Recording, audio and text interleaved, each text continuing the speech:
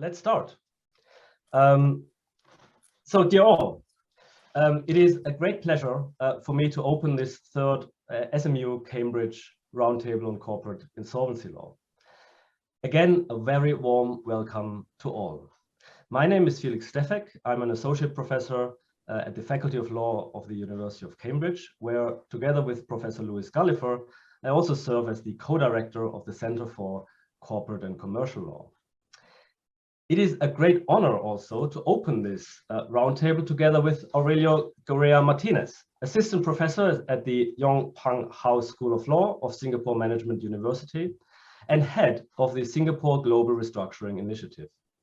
Aurelio has been the driving force behind this roundtable. This roundtable series is a joint initiative of Singapore Management University's Center for Commercial Law in Asia and University of Cambridge's Center for Corporate and Commercial Law. In this iteration of the roundtable, we are honored to collaborate with INSOL International. This roundtable focuses on implementing a simplified insolvency framework for micro and small enterprises. We have chosen this topic as many national, international, and transnational lawmakers and other bodies are considering special rules and practices to deal with the restructuring and insolvency of small businesses, but at the same time, there's a need for discussion on how these rules and practices should actually look like. In addition, micro and small businesses are essential for welfare and employment creation in all countries. And this is particularly true for the recovery within and post the COVID pandemic. The pandemic, as you know, has exposed many of those small businesses to financial distress. Still, the particular needs of small enterprises have been neglected by many insolvency laws and practices until recently. In this roundtable series, we seek to serve as a global forum for the discussion from a comparative, interdisciplinary, industry-relevant, and policy-oriented perspective. Our aim is to bring together leading experts from all over the world, from different disciplines, and we are, again, in this third roundtable, privileged to have an excellent panel of speakers. We are also blessed with an extraordinarily large and international audience. That is you. Thank you so much for joining this roundtable. We hope to make this a true virtual roundtable by offering time for discussion after each panel. We will first look at micro and small enterprise from an international organization's perspective and their initiatives and perspectives on frameworks for MSME, restructuring and insolvency. The second panel will then concentrate on national experiences. The third and final panel will consider academic and policy proposals. For further information, please see today's program, which is available on the Roundtable's website. We are immensely grateful for the support of our home institutions, INSOL International, our speakers, chairs, and our audience. We will record and make publicly available the contributions of our speakers. We'll also publish shorter and longer summaries of today's discussions. To participate in today's discussion, please submit your question using the Zoom Q&A function. The relevant panel chairs will then select questions and submit them to the speakers at the end of each panel. I'm now delighted to hand over to Aurelio for his opening remarks. Thank you so much for your kind introduction and your kind welcome remarks, Felix. It's a great honor to see everyone here. And again, I would like to express my sincere gratitude to Cambridge, to SMU, Angela, Jibman, Kwan Ho, our fantastic speakers here, our wonderful chairs, and the fantastic audience from all over the world joining us today for this exciting webinar. As Felix has mentioned, we decided to focus on MSMEs and insolvency for 2 or 3 main reasons. The first one is the importance of MSMEs in most jurisdictions around the world. So it's not even a question about emerging economies, advanced economies, because if we look at Singapore, if we look at the US, if we look at the UK, we can observe that MSMEs represent 99% of the total number of firms in those countries. And we look at similar data and we look at the data in emerging economies, we can see also similar percentages. Actually, in Asia and the Pacific, the average percentage of MSMEs is almost 98% of the total number of firms. So that's why it's a problem that is quite common internationally for all the jurisdictions represented here today.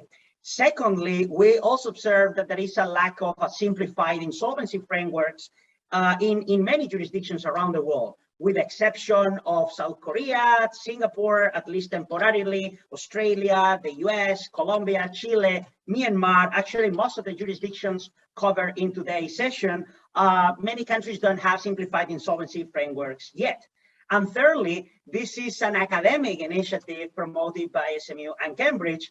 And also, I think that some of us will need also to apologize for not starting this type of discussions earlier. So I think that the academic community started to focus, and needless to say, policy makers and lawmakers around the world started to focus on MSMEs relatively recently, with the exception of Professor Ignacio Tirado and his co-authors, with the exception of Jason Kilburn and his seminal report on MSMEs for insolvency published by the World Bank, with the exception of Andres Martinez and the fantastic work that he has been leading at the World Bank on MSMEs and insolvency, and with the exception of Harold Fohier and his work at Unsocial, and many others actually joining us today who were the pioneers doing research on this area. I think that many of us started the discussions a bit late. So that's why I think that the academic community will need to catch up with that.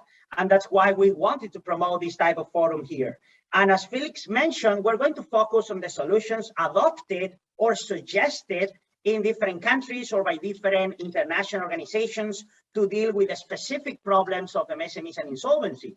But the first question that also we need to bear in mind when analyzing all of these solutions that we're going to be discussing is, why should we have this special insolvency framework, if so, for MSMEs? And then, we read some of the fantastic policy work conducted by the international organizations, the academic work conducted by Professor Tirado and others. We can see that actually the solution is because this regular or ordinary insolvency framework, first of all, is very costly for MSMEs. We need to bear in mind that sometimes these MSMEs are just a small sole trader with a very simple organization and with a very few creditors that might not even have the financial resources needed to hire professional advisors in times of financial distress. So that's why the ordinary framework is very costly, is very complex to navigate, and also is not suitable for MSMEs, because generally the framework has been designed, first of all, for corporations.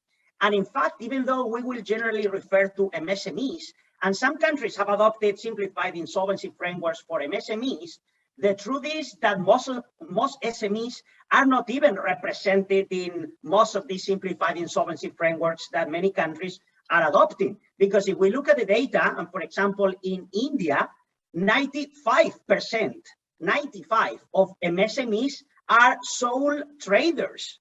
So they are not even corporations. Corporations in India represent only 1% of the MSMEs. So that's why I think, and actually Professor Jason Kilburn has been writing a lot about the importance of adopting a comprehensive approach, combining elements of corporate insolvency and personal insolvency to tackle this problem of SME and insolvency, because many countries are focusing on small companies, but the small companies are not at all MSMEs. MSMEs, especially in emerging economies, are mainly these sole creditors. And that's why they are exposed to unlimited liability. Even if they are the shareholders managers of a small company, they often guarantee the company's debts. So that's why it's very important to combine elements from personal and corporate insolvency to tackle this issue. They have totally different features than those generally existing in large company, because they have simple organizational structure. They have also a very simple financial structure, typically with a few creditors, just a landlord, maybe one bank, a few suppliers and employees, and that's all. And that's why the particular features and the particular problems of MSMEs require specific responses. Something very common as well, and something that we will address during this seminar, is that these MSMEs might not even have the resources to initiate a formal insolvency proceeding. So what should we do with these assetless MSMEs? Should we have a public entity, as Professor Jason Harris has been suggesting for a while, maybe a public agency in charge of managing these cases? Should we just reduce the cost of the procedure to see if even maybe we can provide a very affordable procedure?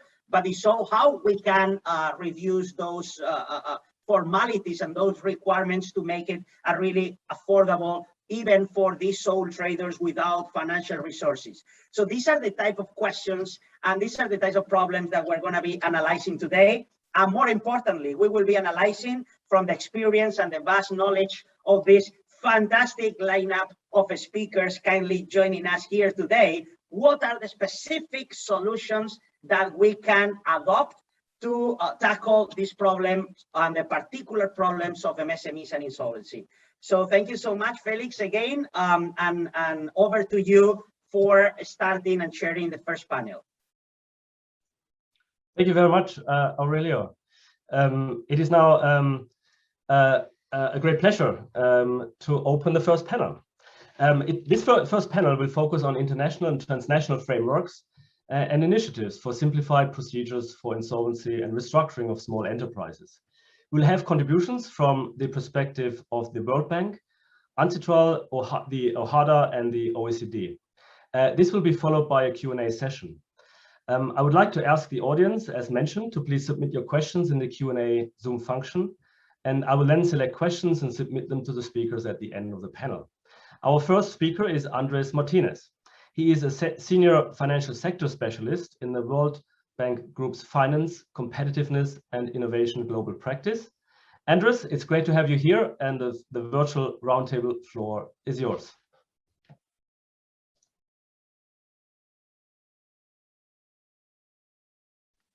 Thanks, Felix, and a special thanks to SMU and Cambridge for the invitation, very kind invitation to speak in this panel. I am very conscious that I have only 10 minutes and I have to stick to the timeline. Otherwise, I will be punished by the chair. So Felix, I will take this very seriously and I'll put the clock as of now. I hope you can see my screen. So let me kick off by saying that Aurelio mentioned quite a few things that are really relevant for us in terms of why we look into micro, small, and enterprises insolvency. The first one, it's well known, right? It's the importance for global development that micro and small enterprises have.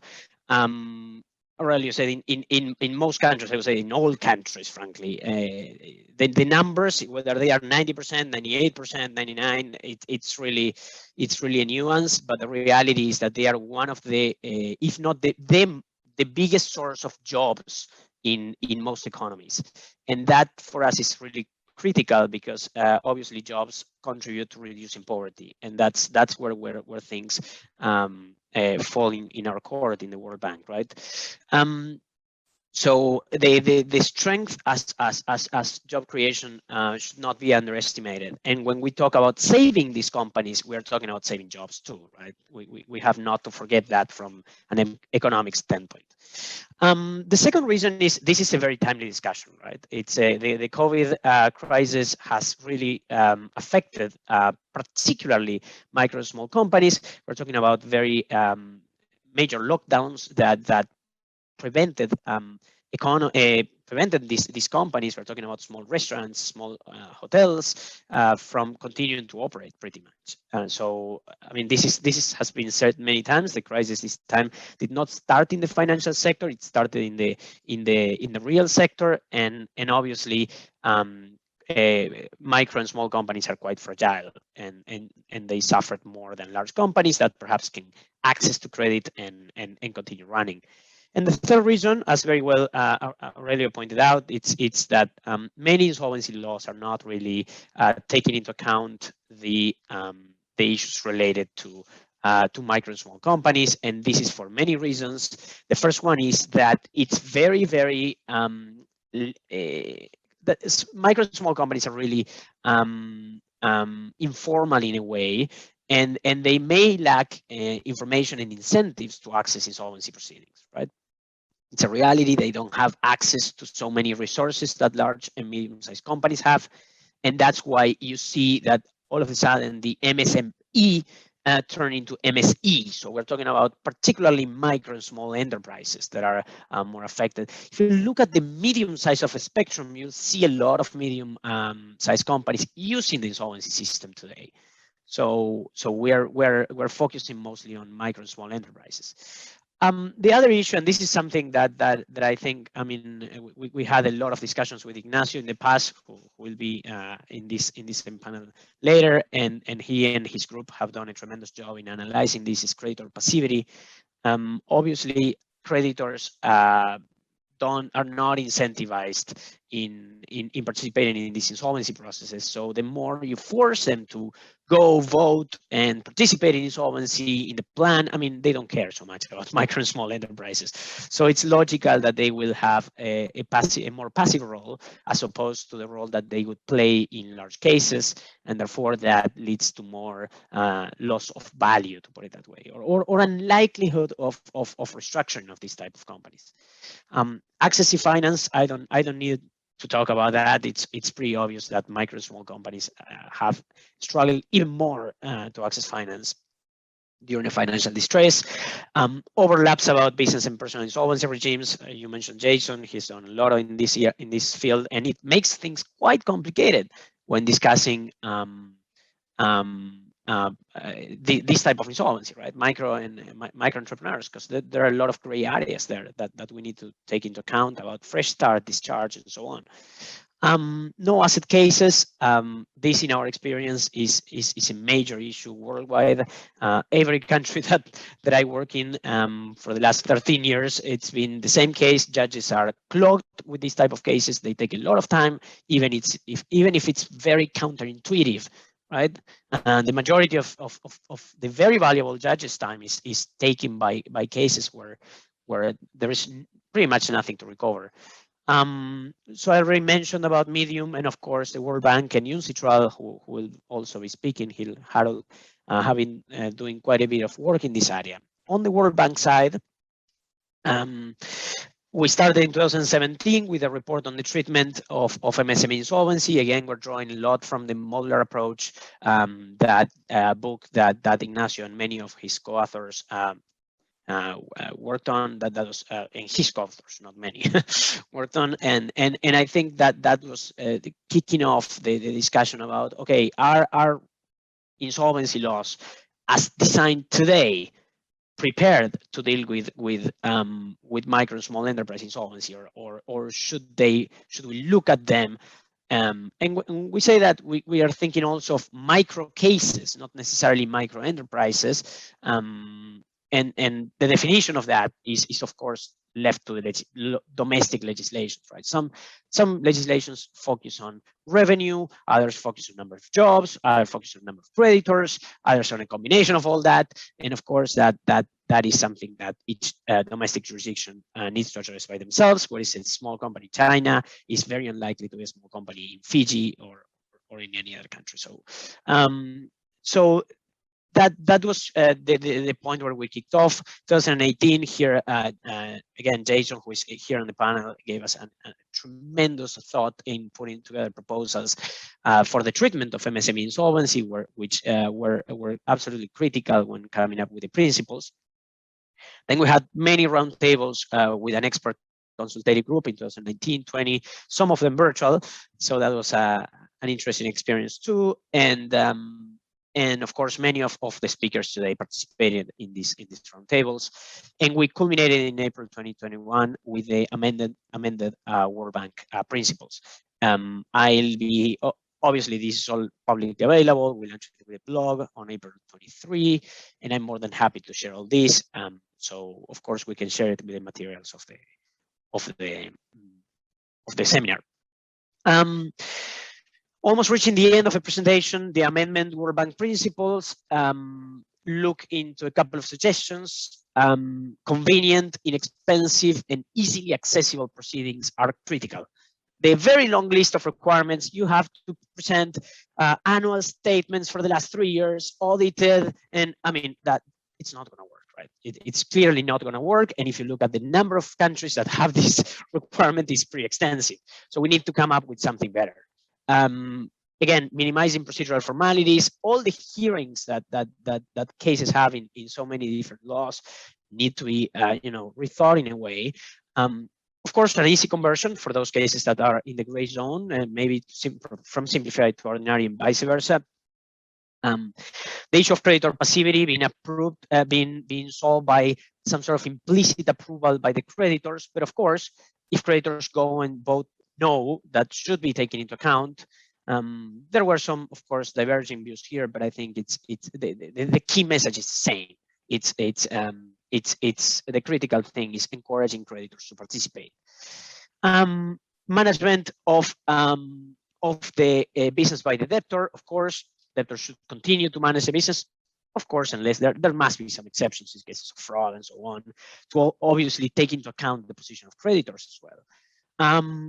Something that Jason is passionate about, and we are all passionate about, right? It's the discharge of good faith, natural personal entrepreneur. This is something that he made key contributions on this with our principles, and of course some institutional considerations, which is I mean I was mentioning courts are clogged with these type of cases.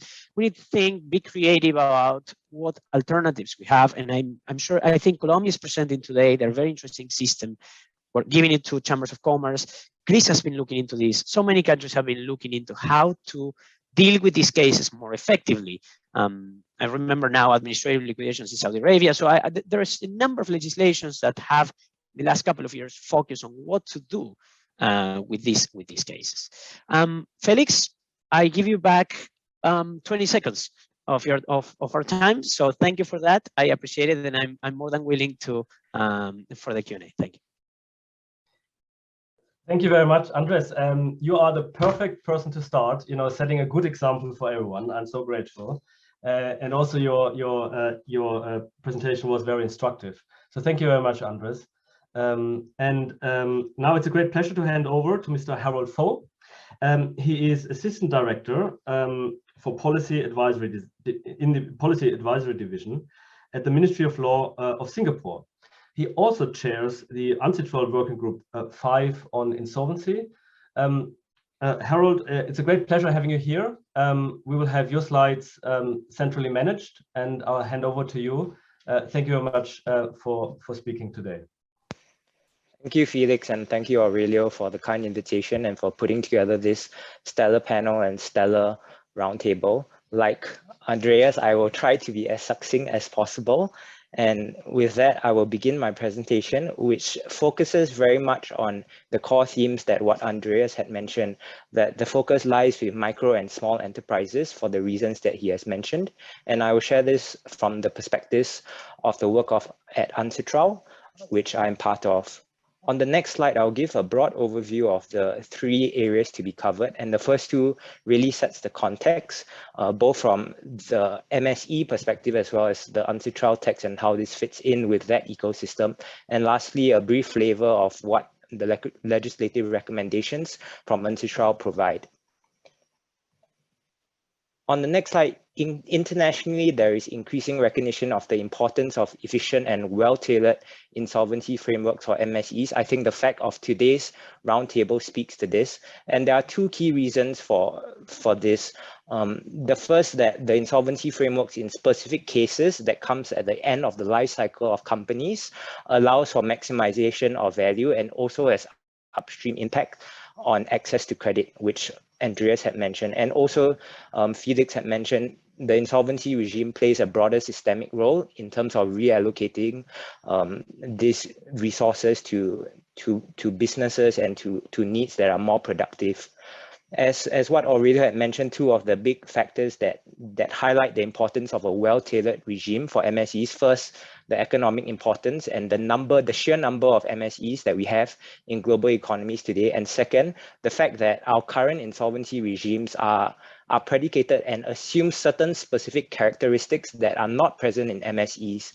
And some of this have been covered by Andreas, and I'll just briefly touch on 3 core aspects. The first, the closely intermingled business and personal debts without separate legal personality.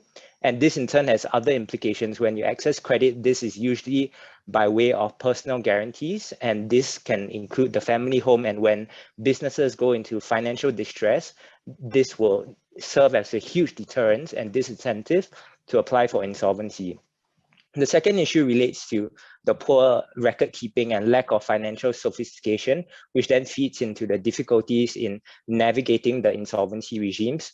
And lastly, the issue of creditor passivity, where the low value of business assets to be realized results in this, because in turn, unsecured creditors are unwilling to invest time and resources, given the disproportionately low returns that will be received, and that outweighs any of the incentive to participate. So this is one side of the coin, the specific characteristics of MSEs. And now the next slide deals with the other side of the coin, which Andreas had mentioned. And actually the figures here are based off World Bank research. So perhaps one new figure from the Singapore perspective is that about 98% of our enterprise landscape is formed out of SMEs.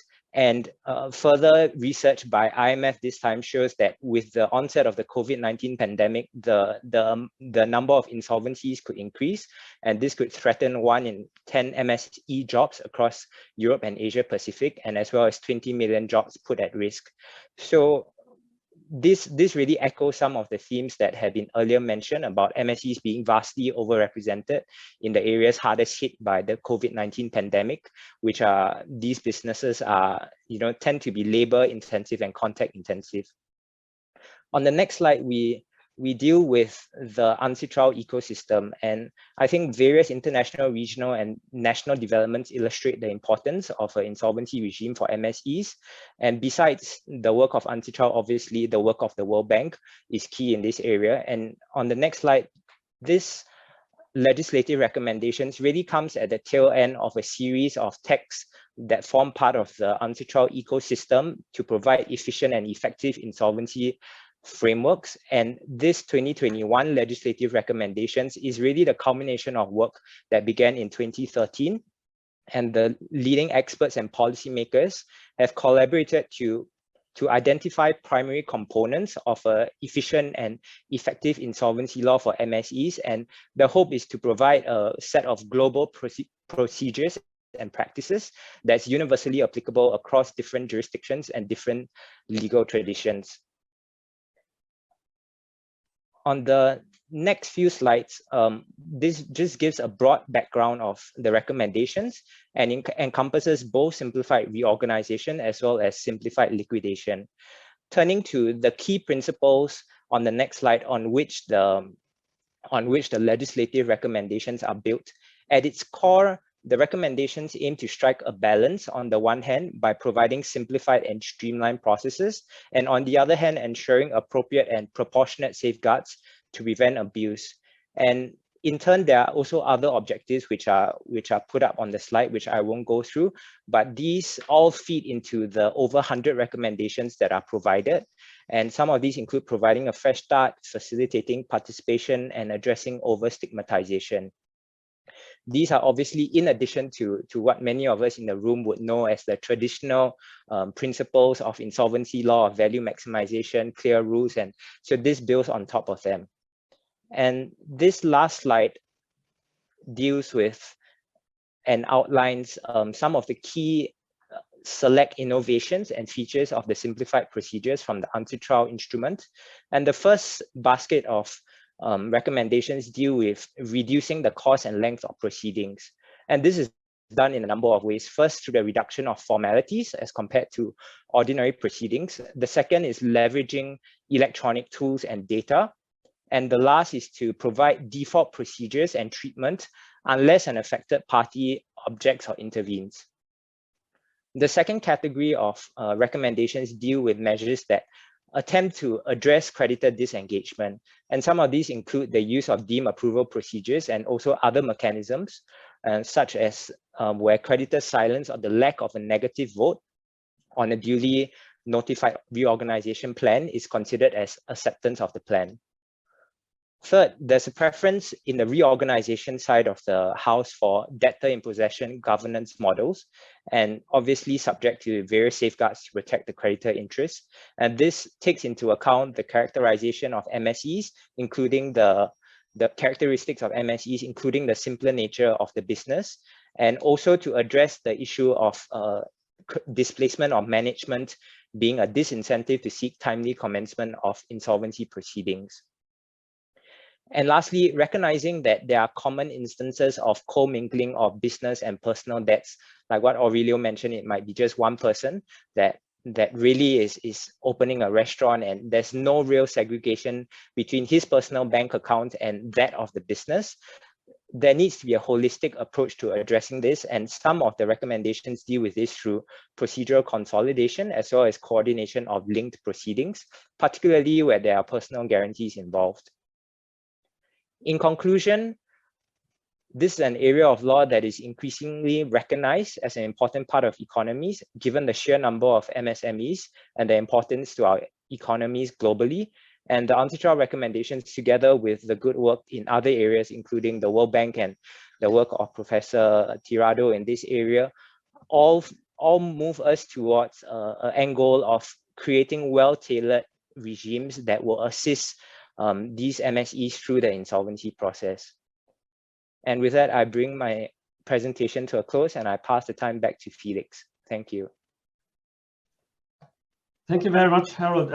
That was fantastic, clear, and also very instructive for us, to get the Unsocial approach, which of course is one of the key contributions in this area. So thank you very much, also for keeping the time. May I please remind the audience to contribute questions by way of writing them down in the Q&A Zoom function. Unfortunately we cannot do question and answers by way of personal speaking. So I saw that some people raised their hands, but please rather enter your questions in the Q&A function where we already have a question. But please do add other questions there. It is now a great pleasure, and I'm delighted to hand over to Juanita Kalitz. She's Associate Professor of Law and Head of the Department of Mercantile Law at the University of Johannesburg. She's also the chair of the INSOL International Academic Group, and we are very happy to have her as a speaker. She'll in particular speak on the OHADA Unified Insolvency Act and other developments in Africa. Juanita, great pleasure to have you here, and over to you. Thank you. I appreciate it is really an honor for me to be here and to speaking at this conference. And yes, good afternoon from a sunny South Africa. We are sitting in the middle of exams, so hopefully there won't be somebody knocking on my door while I'm doing my presentation.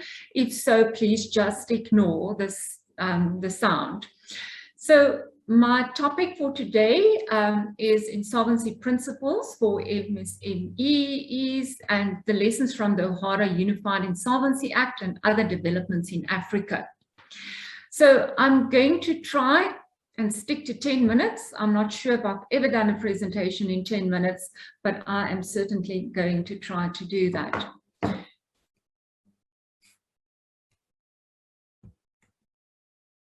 And my slides are already going crazy. So the current global financial crisis is confronting emerging market economies with a double blow, as it brings along a sudden halt in capital inflows as a result of the global deleveraging process, as well as dramatic decline in export demand associated with the global slump.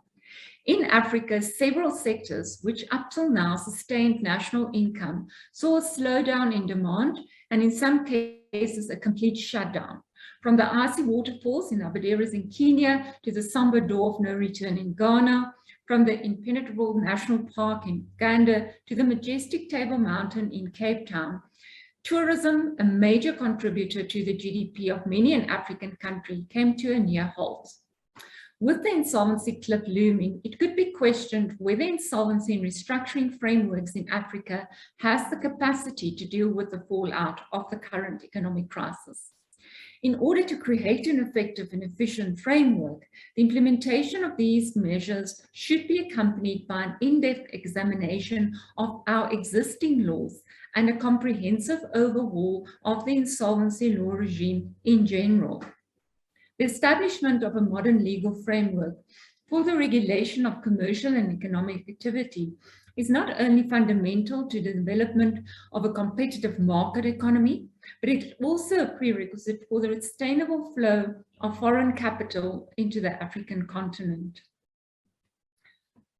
According to the IMF, when it comes to SMEs, both solvency support and restructuring are challenging, and ill-designed solvency support could entail sizable fiscal costs and economic side effects.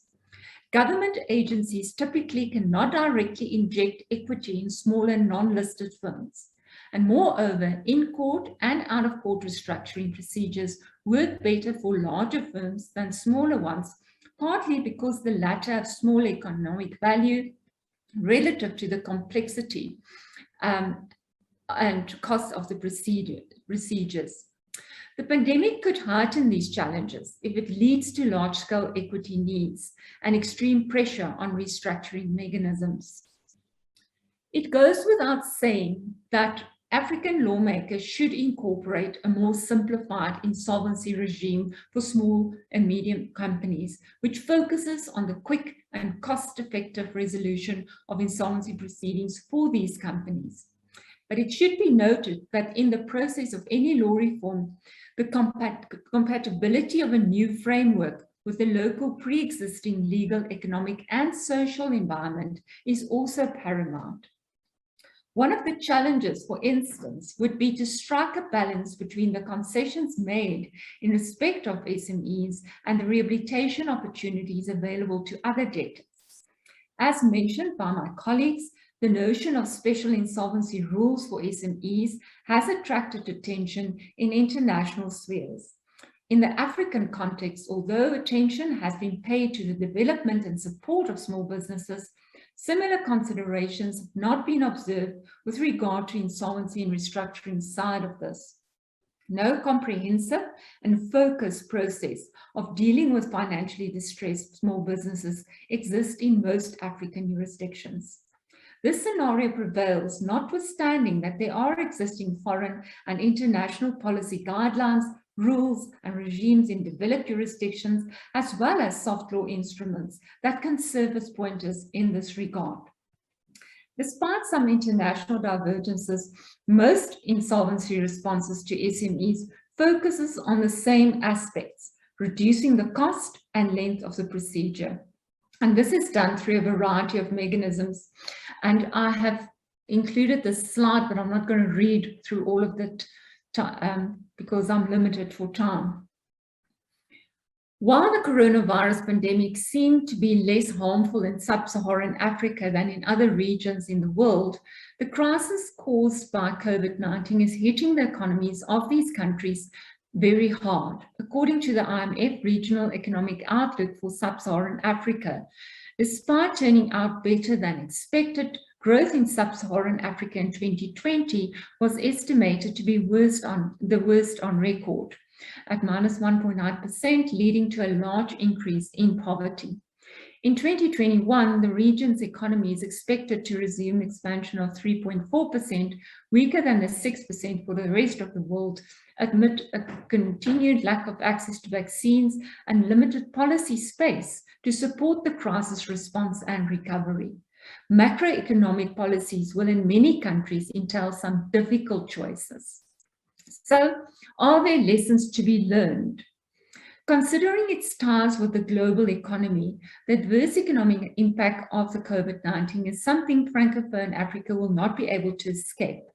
In months and years to come, many companies will run into difficulties, and some of them will not survive.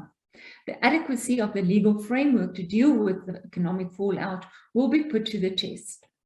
In the Hohada region, which is made up of 17 mostly Francophone African countries, business rescue and insolvency procedures are governed by the Unified Act organizing collective proceedings for the clearing of debts of 10 September 2015, also referred to as the Uniform Act on Collective Proceedings. The key features of this relatively new legislation include a conciliation procedure to encourage saving viable businesses, simplified regulations for small enterprises, a new cross-border regime, clarified order of priority of creditors, incentives for creditors who provide fresh money to troubled companies to facilitate the restructuring and recovery, and a common legal framework to oversee the activities of IPs. The simplified regulations for small businesses are particularly noteworthy as they were developed in recognition of the fact that most businesses in OHADA are SMEs. The main purpose of the law of collective proceedings is to rescue companies in difficulties. In the current context, it is important to bear in mind the various collective procedures existing under the law. A simplified or the Unified Act on Collective Proceedings provides for two mechanisms aimed at avoiding that a company becomes unable to pay its debts when they fall due. These mechanisms are conciliation and preventive settlement. And then the company, when the company does reach the stage where it is unable to pay its debts, it falls over into a business rescue and liquidation scenario. It should be pointed out here that the law of collective proceedings is very broad in its scope of application and covers any enterprise, an example, any natural person exercising an independent professional activity, whether civil, commercial, craft, or agriculture, any legal person under private and public enterprise in the form of a legal person under private law. So very broad. In Article 1.3 of the Act, it sets out a definition of small businesses. Small businesses entities are defined as sole proprietorships, partnerships, or other non-public legal entities in which the number of employees less than or equal to 20 and whose turnover does not exceed 50 million francs, excluding taxes, in the 12 months prior to the referral to the competent court. Furthermore, small enterprises, as defined in Article 1.3, may petition for simplified procedures of preventive settlement, reorganization, or asset liquidation, with simplified conditions of application and opening and shorter durations compared with the standard proceedings. The Act therefore incorporates the specific provisions for SMEs as part of the different proceedings, rather than dealing with this as a standalone silo procedure. In discussions with colleagues in this region, and especially in Cameroon, it was very clear that one of the attractive choices would be conciliation. Conciliation is available to any company that experiences difficulties, but that is not yet in a situation of inability to pay its debts when they fall due. The aim of the conciliation procedure is to find a confidential, amicable agreement between the company and its main creditors. And I think there lies the attractiveness of this particular procedure. If we go further south, Namibia has recently appointed a task force to review the legislation. It consists of various individuals with various skills, and it will actually focus on entrepreneurship. It remains to be seen whether the recommendation will include special rules for SMEs. South Africa, I've included a very nice photo there of our beautiful country because there's not much to report other than, you know, we've got a beautiful coastline, wonderful wildlife, and fabulous weather. We have not considered similar measures that we have seen over or internationally. And I will get to that if I do have time on the reason for that. Juanita, I'm very sorry, but we are already beyond the 10 minutes. Okay. In conclusion, there's always the 3 C's when you look at emerging market and SMEs: the cost, the capacity, and control. Institutions and professionals are critical to the success of proposed insolvency regimes in the procedure of SMEs. So the OHADA experience also highlighted that with the global or cross-border nature of many corporate activities, especially SMEs, there's an increasing need for unifying insolvency law approaches to the financial distress, and especially in regions such as SADC. So the question remains whether international soft law instruments could be further developed to include a second tier of guidelines consisting of a more sophisticated model whereby guidelines could be modified and more specifically adapted to the distinctive circumstances within emerging markets and developing economies. Thank you. Thank you very much, Jonita, and forgive me for being such Felix. As I mentioned, 10 minutes. Such a strict chair. I'm very sorry. No. Very much enjoyed your presentation. And did we have more time, I would have enjoyed listening much longer. So thank you very much, Jonita, and also for your flexibility in this. There is a publication, so we will be able to publish part 2. That's great. That's even better. And then it's now I'm now delighted to hand over for our last contribution in this panel to 2 speakers, Mr. Christoph Andre, senior economist at the OECD, and Ms. Miriam Corinne, senior counselor on SMEs and head of the SME and Entrepreneurship Finance Unit at the Center for Entrepreneurship, SME, Regions and Cities, also at the OECD. It's great to have the OECD at this roundtable. Really, I'm so pleased, and hand over to you. Thank you. Good morning, good afternoon, good evening. I'm going to start, and then I'll pass over to my colleague Christoph for the second part of the presentation. It's a pleasure to be with you today on such a distinguished panel. I think the topic is extremely timely as many countries start to emerge from the current crisis, and that's going to have a lot of implications on SMEs.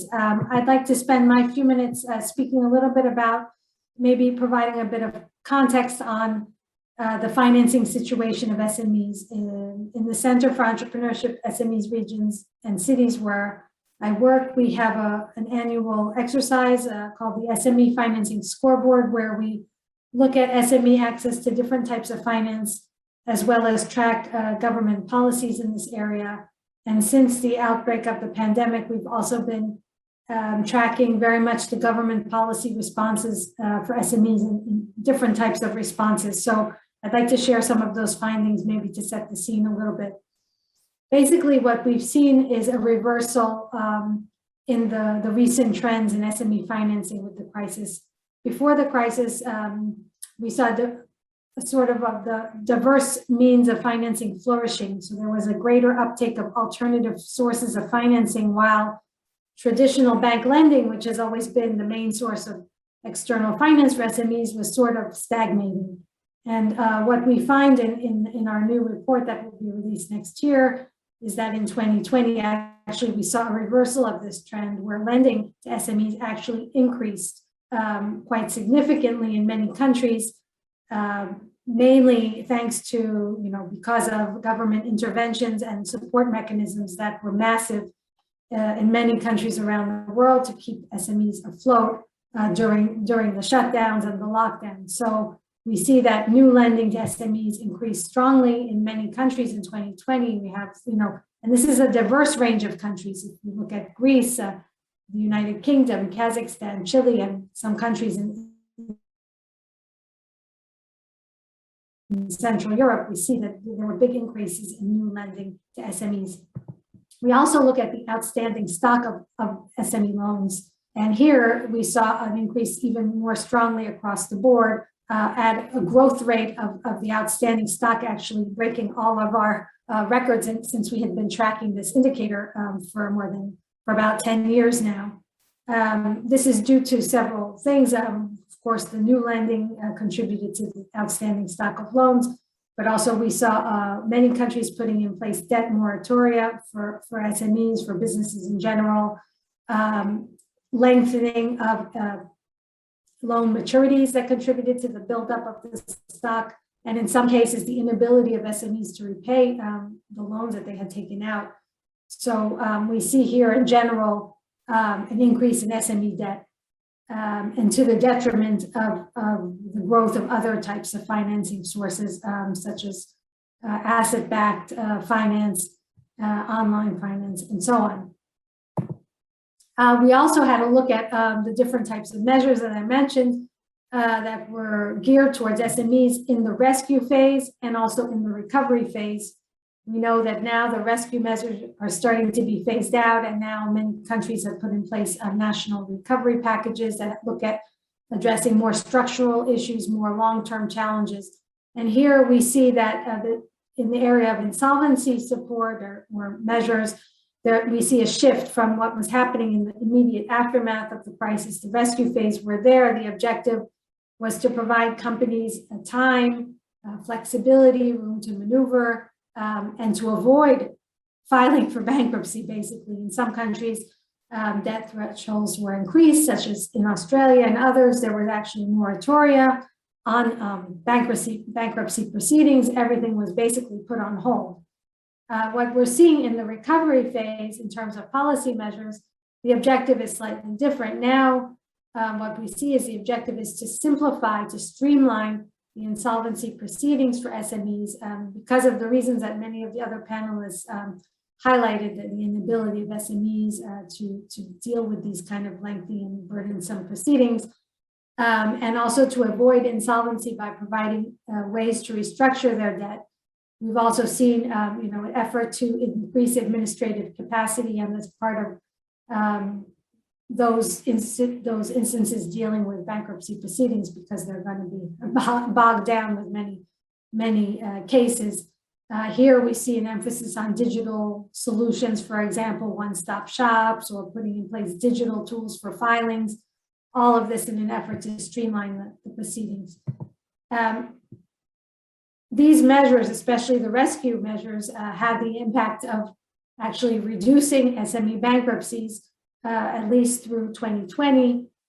We saw a big drop in many countries that we cover in terms of the number of bankruptcy filings, sometimes actually record lows that we hadn't seen for decades in some countries. For example, in France, where I'm speaking to you from today, the question is what's going to happen next. Many of the support measures are being phased out. Will this lead to an increase in bankruptcies? In what magnitude? A lot of the studies are pointing to an increase. The numbers differ. There's also a lot of studies out there that show a significant proportion of SMEs at least being at risk for increased, insolvencies in the coming years, and that spans many different countries as well. So that leaves us with a number of issues to tackle now, starting here today, I hope. And I'd like to pass the floor now to my colleague, Christoph. Thank you, Miriam, and thanks to the organizers for the invitation. I'll start with outlining a few issues that emerged in the wake of the COVID-19 crisis. And obviously, we have two risks now. The first risk is the bankruptcy of viable firms, and the governments are doing a lot to try to avoid this. But there is also a risk of supporting unviable and unproductive firms for a long time, which would harm economic performance. As Miriam said, we don't know if there is going to be an important wave of bankruptcies going forward, but that's a possibility. So the insolvency system should be able to deal with this. And in that respect, it's also useful to strengthen early warning mechanisms, pre-insolvency frameworks, and as has been said by already many speakers, to have a special insolvency procedure for SMEs, procedures that are less complex and less costly. Also, it's important to allow priority for new financing over unsecured creditors to facilitate restructuring. Next slide, please.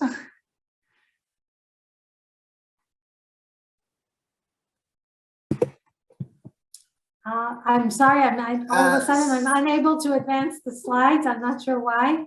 It was working fine just before, but I'm not able to. Sorry, sure. I don't know if I should start and stop again. I'll try to. I'll try to continue without the slides. It's going to be a bit more complicated. But well, so we have created an insolvency indicator at the OECD. So that's not exactly the same kind of thing that the principles of the World Bank, but this is basically to look at how the characteristics of the insolvency system is affecting economic performance, and that's particularly related to allowing an efficient restructuring of viable firms, allowing inefficient firms to exit, and also allowing a second chance to failed entrepreneurs. So we recognize that we have had a fall in productivity since the mid-2000s, and it's associated with a reduction in business dynamism, in creative destruction, as economists used to say. And of course, the insolvency frameworks play a key role in resource reallocation. So looking at some dimensions were not fully covered by other indicators, like those of the World Bank or the European Commission. So we have decided to create our own questionnaire, and we gathered information on most OECD countries and some non-member countries. So altogether, we have 39 countries, and we are going to update this indicator next year. So we're in the process of doing it. We will send the questionnaire very soon. So talking about the structure of the indicator, we have three main pillars. The first one is the treatment of failed entrepreneurs, and especially the time to discharge and the exemptions. The exemptions have to do especially with personal belongings, and so the issue of personal insolvency regimes and the overlap with corporate regimes is an issue that is important. The second pillar is about prevention and streamlining, early warning indicators, pre-insolvency regimes, and special regimes for SMEs. This is particularly important, I think, in the wake of the pandemic. Then you've got the restructuring tools, knowing if creditors are able to initiate restructuring, the availability and length of the stay on assets, the possibility to introduce new financing, the possibility to cram down on dissenting creditors, the treatment of management during restructuring, and then we have a few other items like the degree of court involvement, the distinction between honest and fraudulent bankruptcies, and the protection of employees. So what we get as an indicator, looking at the values, first you see that there is quite wide dispersion across OECD countries, especially if you look at the UK, for example. The process looks pretty efficient in allowing restructuring, allowing the exit of unproductive firms. In countries in Eastern Europe, for example, some countries of Eastern Europe, it's much more difficult. So it justifies having such an indicator. What you can see also on this indicator is that we have values for 2010 as well as 2016, and there are quite a lot of differences. So it shows that these systems are evolving quite fast, and there have been new changes since 2016. So that's why we are updating this indicator again. And I hope to be able to share the results with you in the near future. Thank you for your attention. Thank you so much. It was great to learn about the OECD framework, and in particular the insolvency indicator, and also highlighting that actually we still need more facts on solving the issues we're discussing. We now have some time for discussion, as mentioned, and I will refer to the Q&A and the questions that the audience has submitted. I would first like to ask and put to the panel, and that is Andres, you indicated you'd be happy to answer that question. An excellent question asked by Natalie Morkova, and she says the following: to what extent do you think we can have high-level principles-based rules for resolving insolvencies of SMEs, and to what extent do the rules need to be tailored to particular local needs and socio-economic or legal environments in each country? Andres, what is your opinion on this? I think it's a great question, as you said, Felix, and I think it's right to the point. I mean, it is just impossible to issue any MSME regulation that in abstract, forgetting about the realities of the country. Because I mean, and Natalie in her question mentions the socioeconomic legal environments of each country. I could say something more: institutional setup of the country. So whatever works in a Chapter 11 like system in the US requires highly specialized bankruptcy courts, right? Like, for example, the new Chapter 5 that the US issued on, particularly on MSMEs, and that could be totally impossible to apply in countries where the institutional setup is non-specialized, right? So what I think the international organizations have done, and also the academy has done, and I'm thinking of UNCITRAL legislative guide and the principles of the World Bank, is just set a series of principles and guidance on how to go about these issues for regulators to implement it in their respective countries. And I think today we have a lot of speakers from different countries that will talk about how to implement those ideas in their respective setups. So I will stop here. I think the message is clear.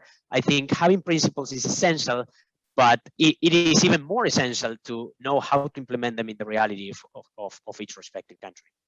Thanks.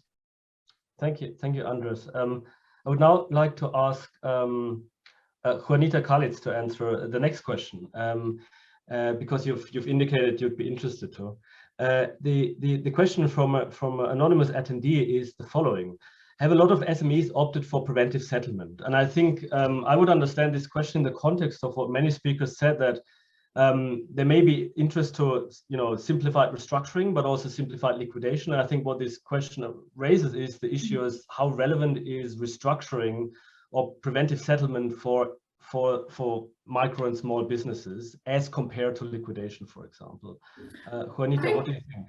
Yes, I think before I answer the question, to the point that, okay, so let's start with the preventive settlement. So it is available to a company that experiences serious financial or economic difficulty. So it's a step further than your conciliation. It is a bit more cumbersome and a bit more stringent in the sense that your court is more involved. Now, having said that, you have to remember that in most developing countries, there are the glaring gap that we refer to as the implementation gap, that you have got the law in the books and the law in practice. And a lot of the time, this becomes very prominent in Africa as well as in developing countries. And to link up with the previous previous answer, most developing countries has had limited exposure to international financial practices and possesses a legacy of previously disadvantaged consumers with modest exposure to free market economy. And there's therefore a broader government and public interest involved in insolvency. And I think that's the step further that I was referring to when looking at creating or developing a special set of rules for SMEs in developing markets. And especially it's when you look at preventative settlement and you look at the option of business rescue and liquidation for specific SMEs. In Africa, you've got that blur between the owner of the company, which is usually the company itself. So there is not really that structured approach in your business. So it's a proper one-man show. And to actually then opt for a preventative settlement in most countries, it becomes cumbersome. And even though it is not crossing the river yet to being unable to pay your debts, it still becomes very cumbersome and costly to follow that option. Okay, that's now a very long answer to a very short question. Sorry. Thank you. And then I think as the last point, I'd like to merge two questions and then conclude this panel. And that aims at understanding. I think we've got two questions. One from Nadia Itham, but also a comment from Shahib Marikar, kind of asking how exactly restructuring or effective restructuring for MSMEs looks like. I think kind of design principles. I think many people have restructurings in mind that work for larger companies, and many speakers have mentioned creditor passivity. Is there a panel member who feels happy to take that question? Then please just unmute and answer. Felix, I can take that question. Yes, Harold. please, Harold, yes. So I think this goes to the core of one of the features in the Unsocial legislative recommendations, which is rebalancing, so to speak, or rescoping of the role of the insolvency practitioner. And what is provided in the Unsocial principles is the use of an independent professional. And the difference in terminology is deliberate, so that this person takes on a slightly different role as you would in an insolvency practitioner, and there's greater latitude to incorporate other aspects. I think some of the things that were mentioned is the use of mediation. So that obviously is something that could be combined, particularly for smaller entities and in situations where some of the relationships need to be continued in order for the business to be successfully rehabilitated. So I think that's one key aspect that needs to be tailored. And another key aspect, I think, harkens to one of the points made by Christoph relating to business finance. So I think that's also a key factor that needs to be looked at how it can be transposed to provide the necessary financing for smaller entities. And this is something that much treatment is given in the Unsocial Guide, both at the stage of pre-commencement prior to the formal proceedings, as well as during the proceedings and exit financing. So I think those are my two brief comments on this question. So thank you very much, Harold, for this answer, and thank you to the audience, and apologies that I cannot bring into the panel all questions that have been raised. We do have limited time. I think this was a great start, a great first panel, not because of this unfriendly moderator who cut people short and always remembers people of time, but rather because we have such great contributions, both from the panelists and the audience. So thank you very much for that. And it's now a great pleasure to hand over to Yi Wang, Professor Yi Wang, who will chair the next panel. Yi, over to you. Thank you, Felix. First, I would thank the organizers, in particular SMU and University of Cambridge and INSOL for allowing me to chair this very distinguished panel. In the interest of time, what I will do is that I will follow the same format as Felix has done, which is that I will have to stick to a fairly strict time limit. So this panel is going to be on insolvency reforms for MSMEs, the national experiences. The first speaker would be on the Small Business Reorganization Act in the US, and the speaker is Professor Jason Kilborn, who is a professor of law at the University of Illinois, Chicago School of Law. Over to you, Jason. All right, well, thank you so much for inviting me to discuss the new US law on small business restructuring. This goes back to August 2019 when our legislature adopted this new reorganization procedure tailored specifically for MSMEs, particularly very small ones. As Andres mentioned before, emphasized, it became effective in February of last year, February 2020, as the Small Business Reorganization Act, which introduced a new subchapter 5, which is written with the Roman numeral V. So some people, I think, refer to it as subchapter V within chapter 11. So it is a subspecies of the ordinary corporate reorganization with which we're all already familiar. Let me just lay out my bottom line quickly, though, here. This new law takes a uniquely bold approach that not only radically simplifies the rules for reorganization cases for these small businesses, it also deviates substantially from the international norms that we've heard already. Today, the World Bank and Unsocial, maybe OECD, continue, it seems, to prefer fully creditor-controlled procedures. We want creditors voting on plans. The US law, in contrast, empowers courts to impose plans. We say cram down these plans on dissenting creditors, even if all of the creditors dissent, period, at least potentially, so long as several statutory guidelines are satisfied. This, as Andres emphasized, and I want to emphasize as well, relies really heavily then on sophisticated bankruptcy judges who know how to evaluate these cases, and it risks maintaining some companies who will eventually fail, as Christopher said, to fulfill their reorganization plans, though that risk is one that the U.S. has long been willing to take in the interests of supporting small entrepreneurship and for the great many benefits that it provides to society. So to elect into this faster track under the SBRA, subchapter 5 of chapter 11, debtor has to qualify as both a business debtor and a small business debtor. The first one is easy enough. The debtor has to be engaged in commercial or business activity, not a consumer, which is the overwhelming majority of US bankruptcy cases. And at least half of that person's indebtedness has to arise from business activities. The key here is small. Small in the US means small debts. Total secured and unsecured debt has to be below a defined limit. In the original 2019 law, that limit was quite low indeed, $2.7 million. Indexed, that is increased for inflation every 3 years. The proper size of that threshold has been the subject of academic and industry study and debate for many years, and commentators have consistently concluded that it really ought to be much higher to encompass the target group. 20 years ago, for example, the National Bankruptcy Review Commission here suggested $5 million as the threshold for a small business debtor. Adjusted for inflation to today, that's $8.5 million. And more recently, the American Bankruptcy Institute suggested $10 million. So the original number was well below either of those thresholds and would have excluded many sort of even small, but certainly medium-sized companies. The silver lining then behind this COVID pandemic was a substantial increase in the small business qualification threshold. Congress in 2020 adopted and then renewed in 2021, earlier this year, a law that vastly increased the limit. It's now $7.5 million in total debt. The higher threshold is set to expire next year in March of 2022, though many people suspect that it'll be made permanent.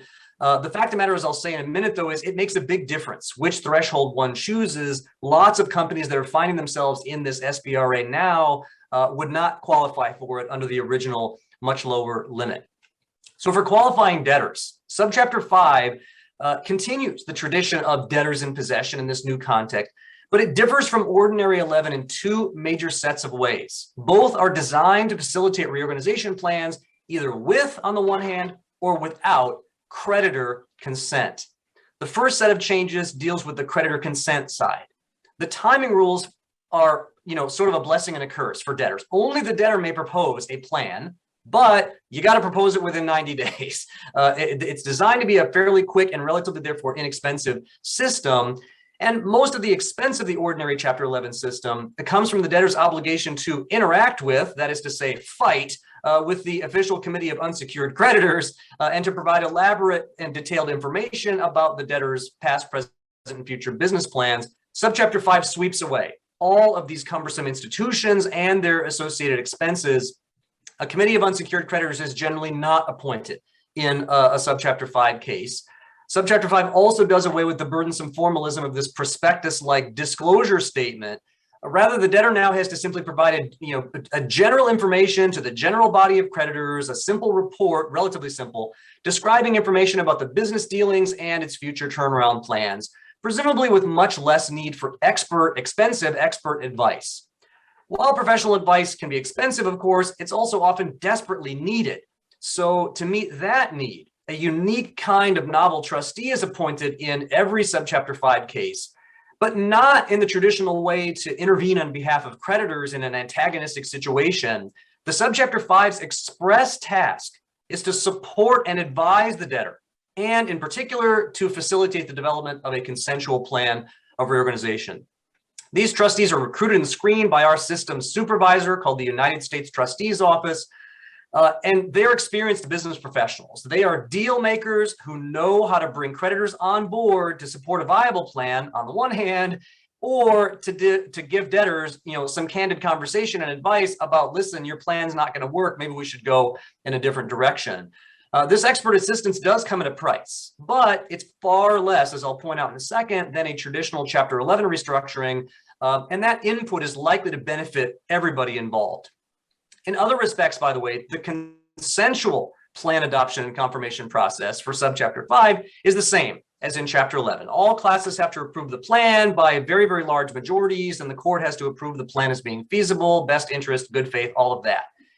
The key, in my view, to this Subchapter 5 is that the consensual plan process is powerfully leveraged by a second set of changes. That is, if creditors fail to agree, the court can now impose a debtor proposed plan, so long as it dedicates all the debtor's quote unquote disposable income to creditors over the next 3 to 5 years. It'll likely be 5 years in most cases.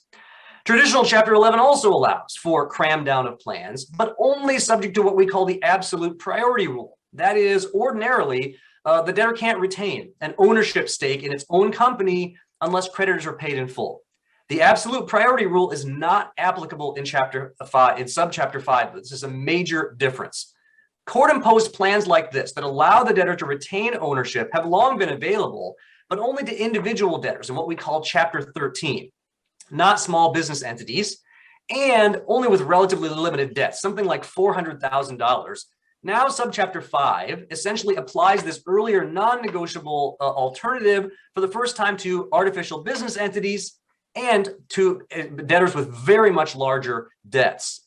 The real challenge here remains predicting 3 to 5 years of future income and evaluating the expenses during that period, especially in the context of a volatile small business cycle. Disposable income is net income that's not reasonably necessary to be expended for the preservation and continuation of the debtor's business. That then relies obviously very heavily on court discretion to evaluate the necessity and reasonableness of business expenditures and indeed the likelihood of the debtor even realizing income during that long period. It's one thing to project the receipt of future income by the average wage earner in what again we still call Chapter 13. It's quite another to project future income for a small business with unpredictable and likely very contingent even business prospects. So once again, as Andres correctly emphasized, U.S. bankruptcy judges are selected precisely for their specialized knowledge and experience with these kinds of business assessments in the specific context of distress. So they are the absolute key to Subchapter 5, and it may well therefore not work as well in countries with different institutional setup. To date, then, over 2,500 debtors, to answer an earlier question, have elected into Subchapter 5 in the 20 months from February 2020 until just last month. And the initial experience has been quite positive, though I guess we'll see how these plans that have been confirmed pan out. 2 empirical studies have observed that more than 2/3 of these debtors are business entities, not individuals. So it's a major expansion of the old Chapter 13. About 1/3 of them, though, would have had too much debt to qualify, but for the increase of that $2.7 million original limit. A high and rising percentage of these cases have confirmed a plan within about 6 months. It went from about 16% in the first 6 months to now 50% in the first couple of years have confirmed a plan, and 60% of those confirmations were consensual. But again, we've got to remember that a substantial portion of those consensual quote unquote plans likely succumbed to the implicit pressure of, if you don't agree, the court's likely to go to cram down a non-negotiated plan on you anyway, so why not find your way to a negotiated plan? Obviously, the existence of the Subchapter 5 trustee has helped. It's only cost an average of about $8,000 for that person's assistance, which is vastly less than a traditional Chapter 11. So the real success story here seems to be that the sort of negative pressure of the possibility of a cram down has really encouraged creditors to be much more conciliatory. This is the American exceptionalism in Subchapter 5, and it has been, for us at least, exceptionally successful. Thanks very much. Thank you so much, Jason, for keeping to the time and for the excellent presentation. I will now move on to Mr. Scott Atkins, who is the president of INSOL International. He is a partner and head of risk advisory and chair, Northern Rose Fulbright, Australia. Scott, please. Well, thank you very much. And I'm absolutely delighted to be here tonight in my capacity as president of INSOL. It's a great delight to be here, and I'm very grateful for SMU's and Cambridge's work in this space. I'm very sorry that I wasn't here at the start. I was across at the 12th annual INSOL World Bank African Roundtable, which I know some others are keen to attend as well. So we've just had an unfortunate clash, but this topic, funnily enough, has been the subject of some focus in that forum as well. I'm delighted to be able to talk about MSMEs, and I thought what I would do tonight is to talk about the simplification of MSME laws in the context of the work that was undertaken by a team of us, including me, in Myanmar, commencing in 2016. And Andreas was asked a question around the extent to which laws need to be customised for local circumstances, and I'll certainly pick up on that theme. And Jason spoke to the debt threshold in the US to define an SME, and I'll leave it toward the middle of my presentation to reveal where the debt thresholds sit in Myanmar, which is quite a different setting altogether and quite a different challenge.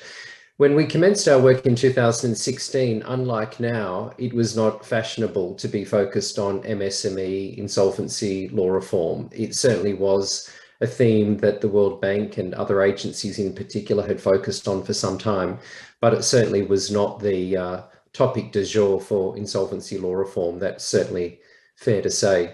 So I thought I would give an overview of how we approached our work, because while there's no particular best practice or best model for approaching insolvency law reform in countries that are focused on MSME, I'd like to think that the playbook that we've developed provides some insight, if nothing else, as to how to successfully develop a law. But there's of course a sting in the tail for those that have been following the news. The Myanmar insolvency law came into effect on 25 March 2020. It sounds not too dissimilar to the date that Jason referenced for the US. And of course, the significance of that is that it's just before the pandemic became known globally as a pandemic. And so the work preceding that commenced, as I mentioned before, in 2016, and we worked closely with the Union Supreme Court of Myanmar. And it sounds unusual to work with a court to develop a law, sponsored by the Asian Development Bank. And the reason why we were working with the court is that as part of the establishment of a democratic government, constitutional power for insolvency law reform was given to the judiciary, and other laws were given to different arms of government. So it was with the most senior judicial representatives in the country that we worked to develop and ultimately enact the insolvency law.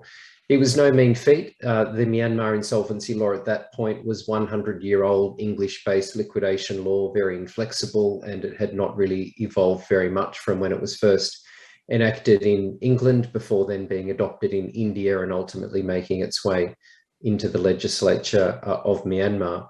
But one of the key drivers of the law reform process, and we see this across countries that focus on MSME law reform, was to use it as a way to improve economic outcomes within the country. And in particular, Myanmar was interested in attracting foreign investment. And it became very apparent that foreign investors were not interested in putting their money in the country unless they understood how the money could be extracted in the event of financial distress. The primary focus, of course, was to look at the regulatory, economic and social framework of the country and to understand how a company or business or an enterprise in financial distress would react and respond within the unique ecosystem. And so that consultation process and research process was probably 2/3 of the work that we undertook.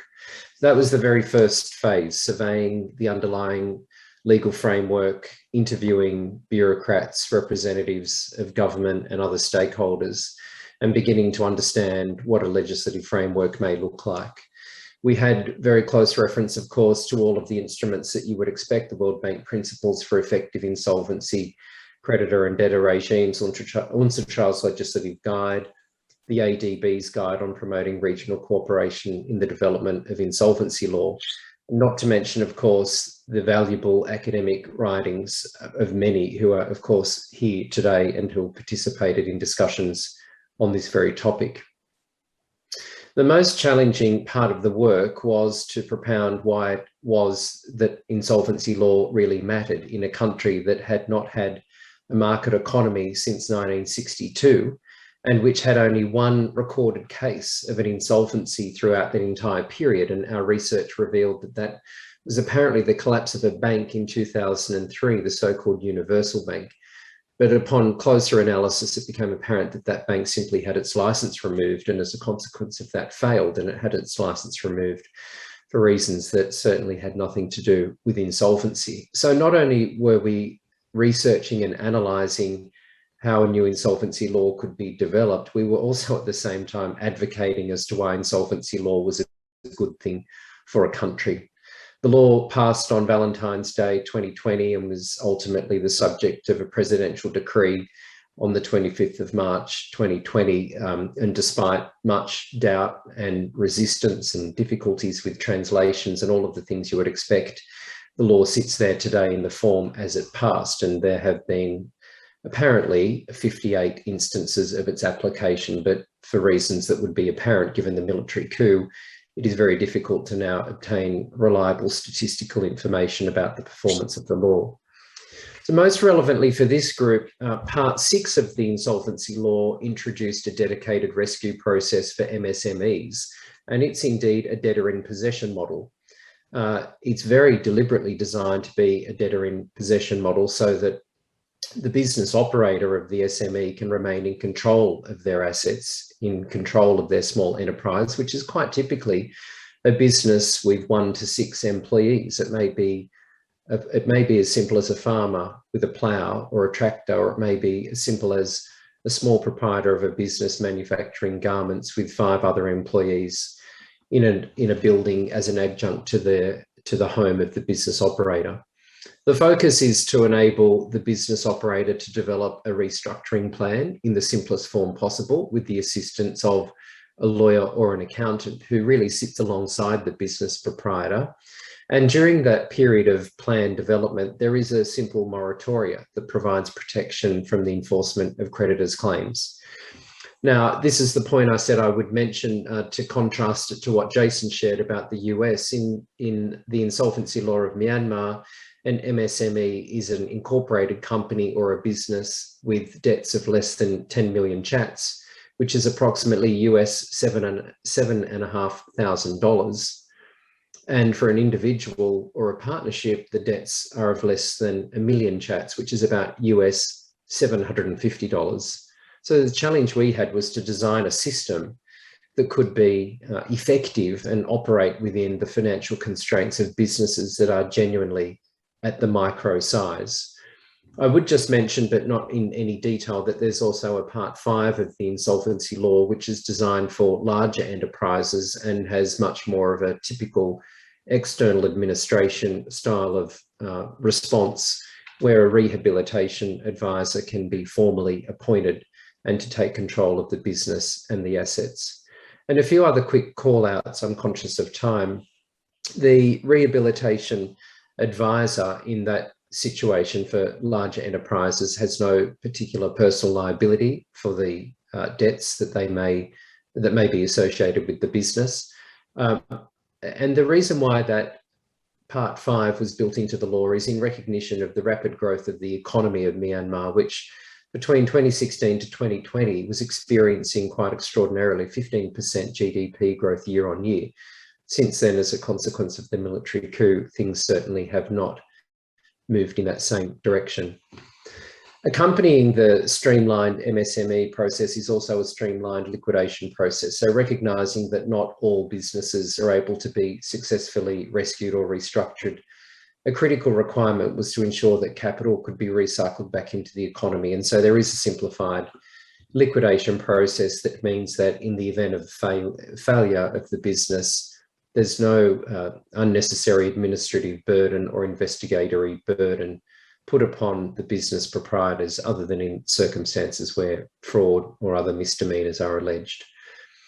I won't go into additional detail. If anybody would like to access the law and can't access it through the internet, please get in touch. I'll very happily send you as much information on it as you would like. I would like, though, to flag one innovation that we built into the insolvency law at the time, and I think it continues to be perhaps the only law globally which has an express provision that enables the referral of any matter concerning the rehabilitation process to a mediator. And this sits in section 118 of the law, and it was designed very deliberately, again, to try to ensure that the efficiency and the way in which the process could be streamlined and made as cheap as possible could be enabled, and using that mechanism of a mediator rather than the court process, recognising that the courts of the country are very heavily resource constrained. The work of capacity building for the implementation of the law has obviously been somewhat stagnated as a consequence of the coup, but we hope that at some point in the future, the law will continue to evolve, and we all remain interested to see whether it has been successful in that regard.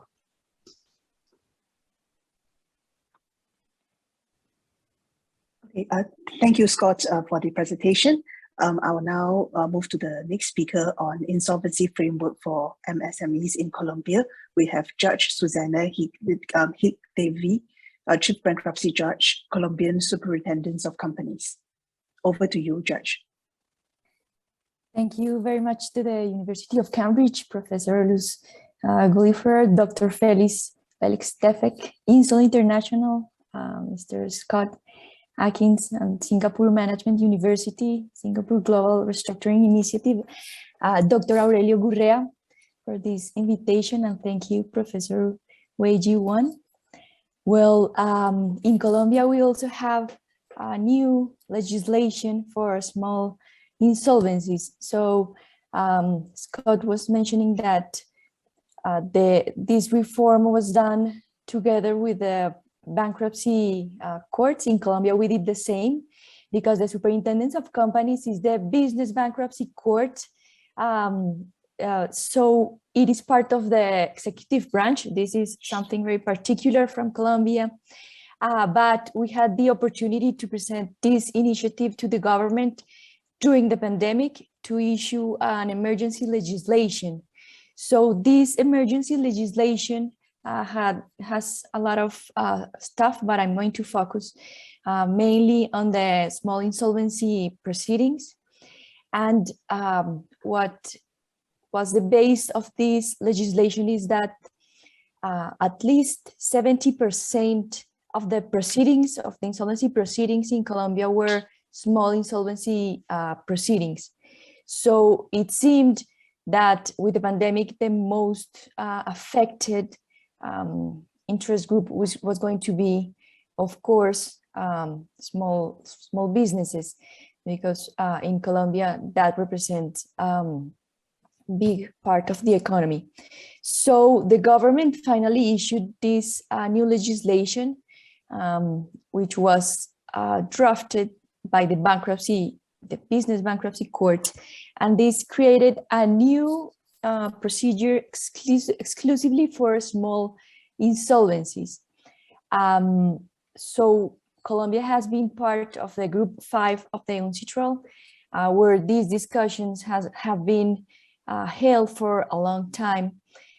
So this decree is 772, created 2 insolvency proceedings for small businesses, a summary reorganization proceeding and a simplified liquidation proceeding in response to this need for fast, simple, flexible, low-cost mechanisms. So this decree took recommendations both from Unsocial and from the World Bank principles. So this was a way to try to have a tailor-made proceeding that could work for our economy. So when I was listening to the triggers in the US, well, of course, our economy is very different, and our small insolvencies go up to $1.2 million in assets. So that's the trigger to have a small insolvency proceeding in Colombia. And this has a lot of difference in comparison with an ordinary reorganization. I'm going to basically focus on that. So in the reorganization, what is the main changes from summary reorganization versus an ordinary reorganization? Well, Scott, we also have mediation as part of the reorganization for small businesses, and it is kind of mandatory because in the Colombian court, the bankruptcy court, the judge has always had, of course, these powers to help the parties to settle their claims. But in this procedure, the summary reorganization proceeding, it has only 2 stages.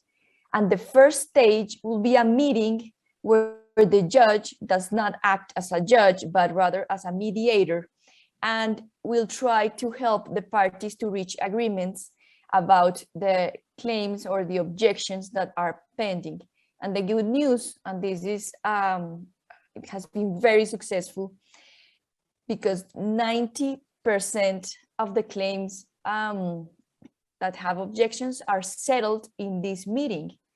this is something that actually changed the game during the reorganization proceedings, and will probably be helpful to extend it to other type of proceedings. And what we do, of course, because we have limited resources, is that the clerks are trained as mediators to handle these meetings.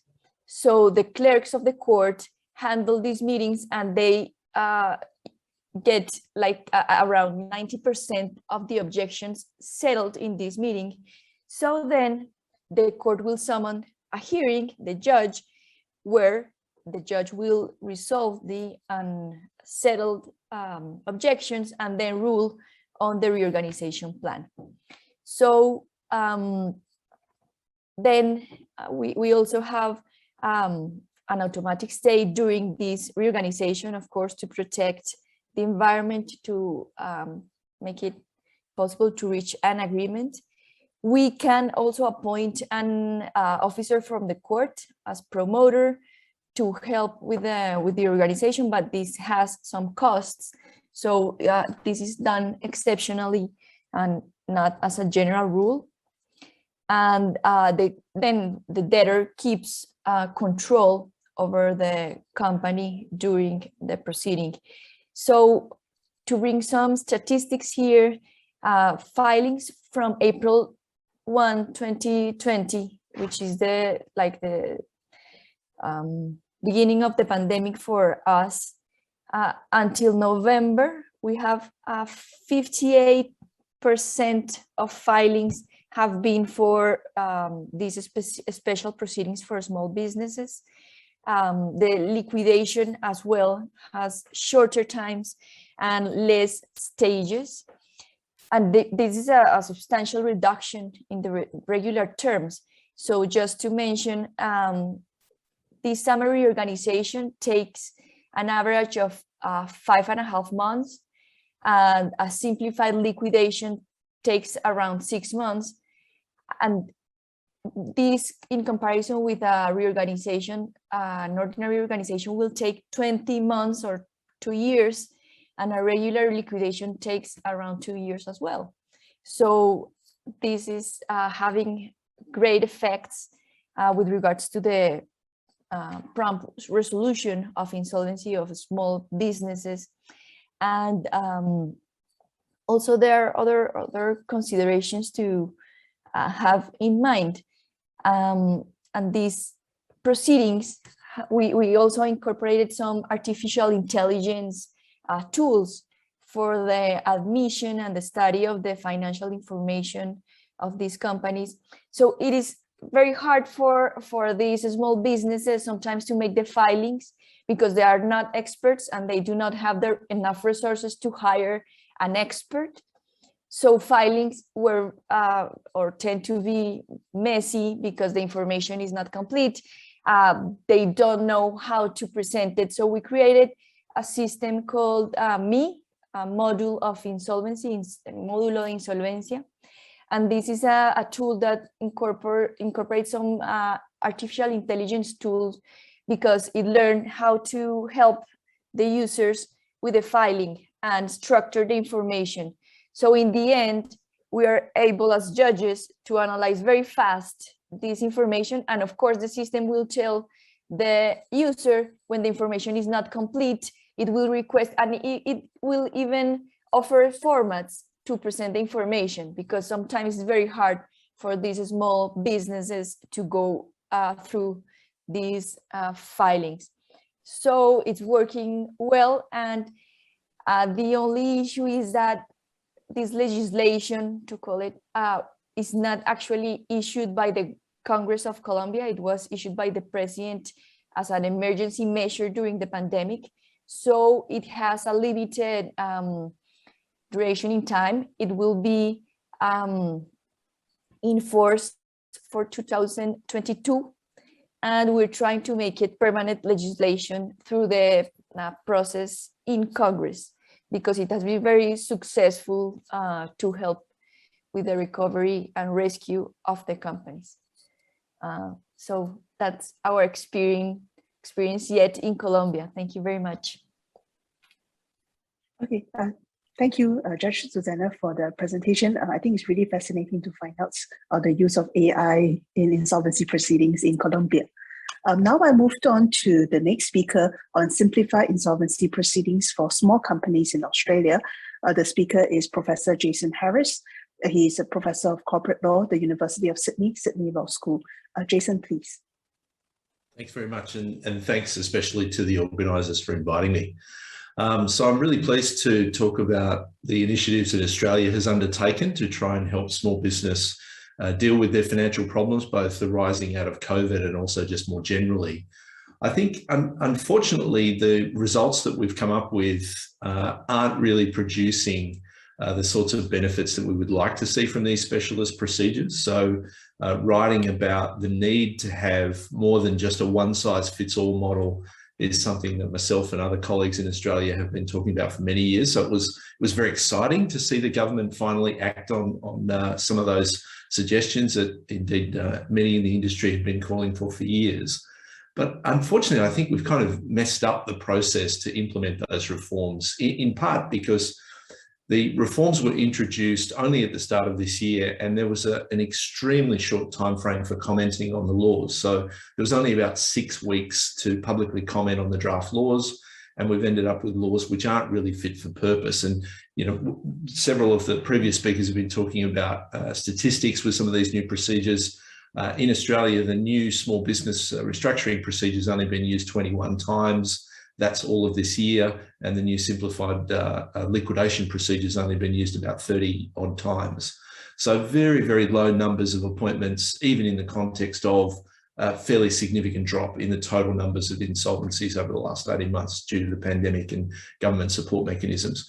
So one of the points that I just make about how we deal with micro and small business insolvency and restructuring in Australia is that in Australia, we do keep a separation between personal insolvency and corporate insolvency. And they're two different government departments, they're two totally different regulators, two different statutes. And at least from my perspective, they seem to have very different approaches to the way they deal with those problems. So one of the things that comes out in a lot of the literature that we're talking about in this session and some of the reports that have been mentioned, and also the book that was published on the modular view on tackling this problem, we really haven't grappled with the issue about that overlap that we see so often in micro and small businesses between the personal finances and the business finances. We really haven't dealt with that. And we see that most clearly with respect to the treatment of personal guarantees and the fact that we can end up with multiple insolvency proceedings, a personal proceeding and a corporate proceeding, which can just serve to drive up costs. So what we've actually done in Australia is we've mostly focused on the corporate insolvency reform side. Now, it's interesting to note that probably at least 2/3 of micro and small businesses in Australia are actually sole traders or partnership businesses. They're not incorporated at all. So the mechanisms that we put in place to try and deal with what, at least this time last year, we were thinking was maybe going to be a tidal wave of new small business insolvencies as a result of COVID, we're really only dealing with a small percentage of the total number of small businesses. Now, there are some proposed reforms to personal bankruptcy, particularly reducing the default period of personal bankruptcy from 3 years down to 1 year. But we've been talking about that for years and it still hasn't really progressed. So I'm not holding my breath on some of those reforms. So just thinking about the corporate insolvency reforms, we have introduced a simplified liquidation procedure, and it does cut down on some of the reporting requirements, some of the investigation requirements. It's only available for companies that have total liabilities of $1 million. There's also some exceptions that apply if the directors of the company have been involved in other companies that might have been involved in the simplified liquidation procedure previously. So we do have that, but like I said, it hasn't been used very often. It does cut out cuts out creditor meetings. There's no committee of creditors as well. So they are trying to reduce the costs. But if we compare it with things like creditors' voluntary liquidations, it's probably not that much cheaper. The main new initiative is a debtor in possession regime for small businesses, which to a lot of us came out of the blue last year. It was announced in September last year, and it was due to commence on 1 January this year, which it did. It's largely been a bit of a flat balloon, if you might say, because we're averaging about 2 appointments a month. So it's not that popular in Australia. There have been some success stories, some small businesses that have used it, But at least from my perspective, I think the problem is, in addition to defective drafting, we've ended up with really a bloated procedure. I mean, so many of the previous speakers today have been talking about the need for streamlining and reducing the costs, reducing the complexity to assist small business to deal with their financial problems. What we've done in Australia is basically given them 100 sections to try and navigate through. In contrast to the US Subchapter 5 procedure, we don't have the court supervising the case. Now, the court can, you can apply for court orders if you need them. Obviously, that's going to include a cost. But what we have in Australia is effectively an insolvency practitioner who's serving as a kind of monitor for the debtor in possession. So there's no committee of creditors. In fact, there's not even any creditor meetings. There's no capacity to hold creditor meetings. And so you've effectively got the insolvency practitioner who's just kind of watching and facilitating what's happening during the restructuring case. The problem that we have in our procedure, which I think perhaps has contributed to the small number of cases, is it actually doesn't offer that much for directors in terms of the people who are controlling these small businesses, because they only get a very limited protection against the enforcement of personal guarantees. So the procedure initially lasts for 20 business days. And then the idea is that you're putting a restructuring plan to your creditors, and it's basically electronic voting or mail-in voting. There's no creditor meetings on the restructuring proposal. The restructuring practitioner who's there monitoring the procedure, they do have some power during the procedure. So if transactions are going to be outside of the ordinary course of business, then you need to get the permission of the restructuring practitioner, and they basically supervise the voting procedure. There are some novel innovations that have been included in this. So there's no standard proof of debt process, and rather what we have is basically a schedule of debts which are prepared by the debtor in possession, and then that's the default that's used. Creditors can object to that, and there are some concerns that that in fact might make the procedure even more complicated than if we just had a creditor meeting in a standard proof of debt procedure. There's also severe limitations on what you can actually do with the restructuring plan. So basically it's there for compromising the debt, for rescheduling the debt, but you can't do things like debt for equity swaps as an example. What you can put in a restructuring plan, some of it is prescribed in the legislation. So there's not as much flexibility as what we see in some of the other restructuring procedures for corporate insolvency in Australia, such as voluntary administration, which is somewhat similar to administration in the UK. So in short, the procedure that we brought in hasn't been used very often, is, in my opinion anyway, overly complicated. Really what we've taken is the existing voluntary administration restructuring procedure, and then we've just tried to make it a little bit less. It's a little bit cheaper, it's a little bit less complicated, but it really doesn't seem to be fit for purpose for micro and small businesses. So what we've seen over the last 18 months in Australia is the numbers of formal insolvency appointments have really fallen off a cliff. Court liquidations, for example, are down well over 60%.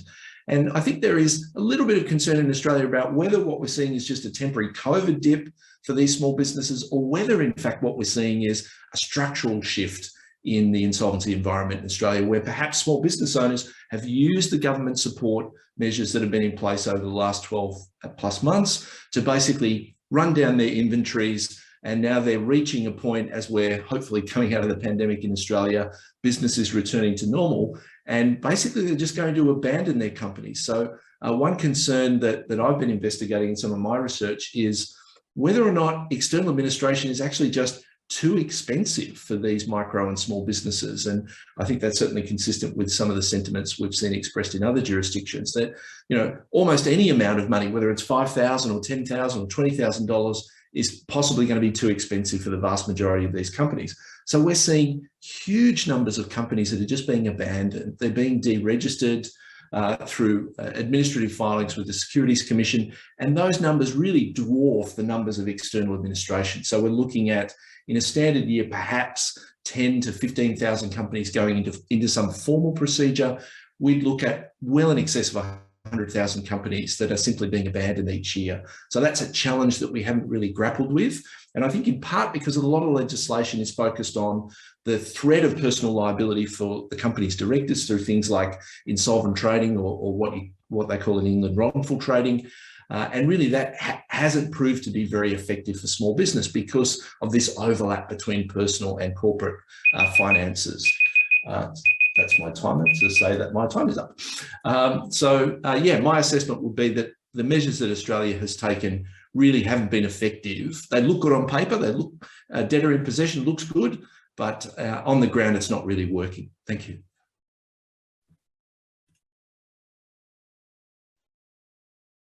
Okay, thank you, Jason, for keeping to the time.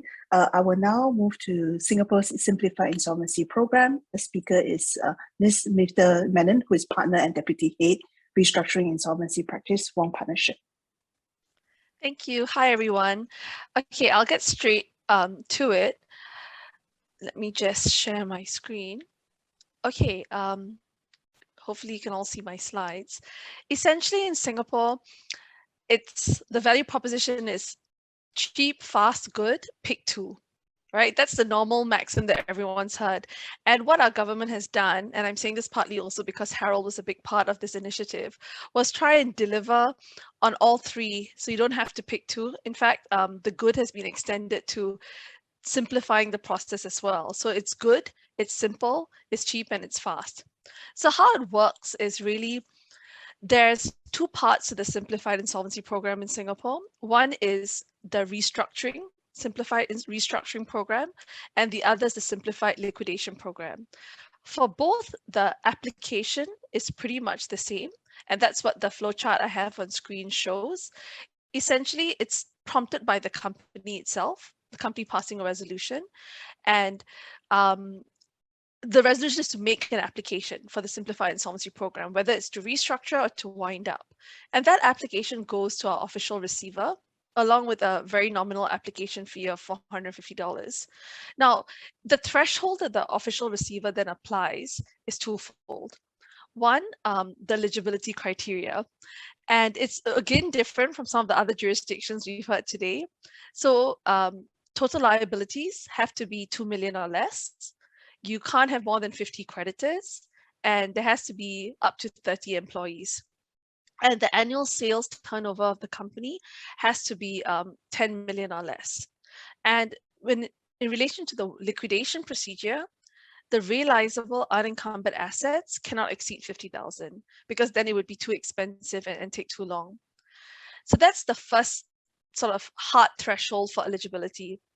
There's also a second one, which is a bit more discretion. There's a bit more discretion built in. It's where there's no other circumstance which makes the company unsuitable for either the restructuring program or the winding up program. And what this essentially means is really 2 or 3 situations. One, the company is already involved or undergoing some form of insolvency proceeding. And 2, restructuring or winding up the company would require significant resources or specialized knowledge. So for example, if it's an IP company or something that's very specialist.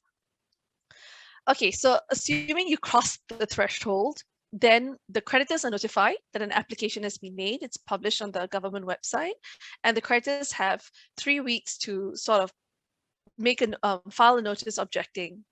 And the official receiver will consider those objections and either dismiss them, in which case the matter continues and the company basically starts the process after paying an administration fee. Now, where the creditors are able to put forward an objection that the official receiver has to listen to applies in 2 situations.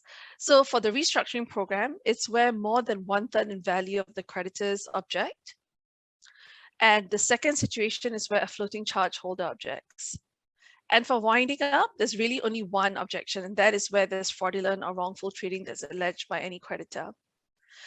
So that's how you get into the process. And then what happens is, for the restructuring program, it's pretty much based on a pre-packed scheme of arrangement.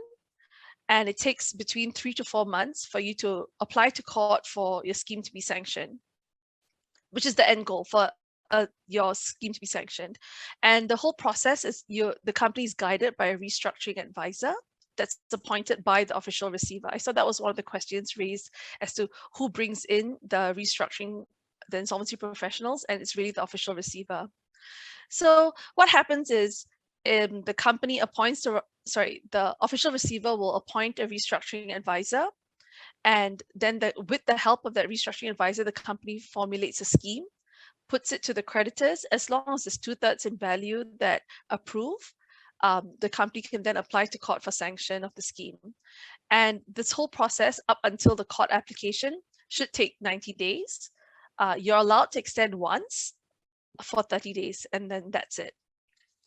So one of the things, I mentioned at the start that, look, it has to be cheap, fast, and good.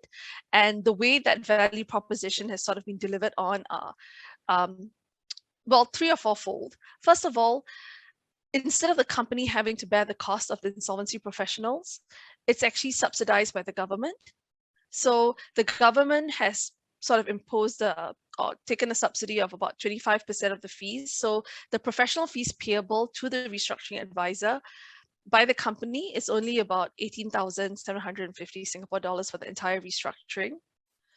And second, the duration is very short. As I said earlier, it's 90 days from start to bringing a scheme application for sanction to the court.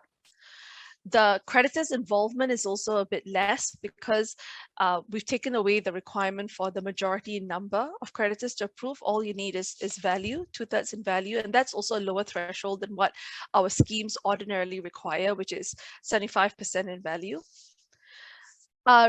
All contentious issues have basically been done away with. So for example, whether related party creditors, their vote should be regarded or disregarded.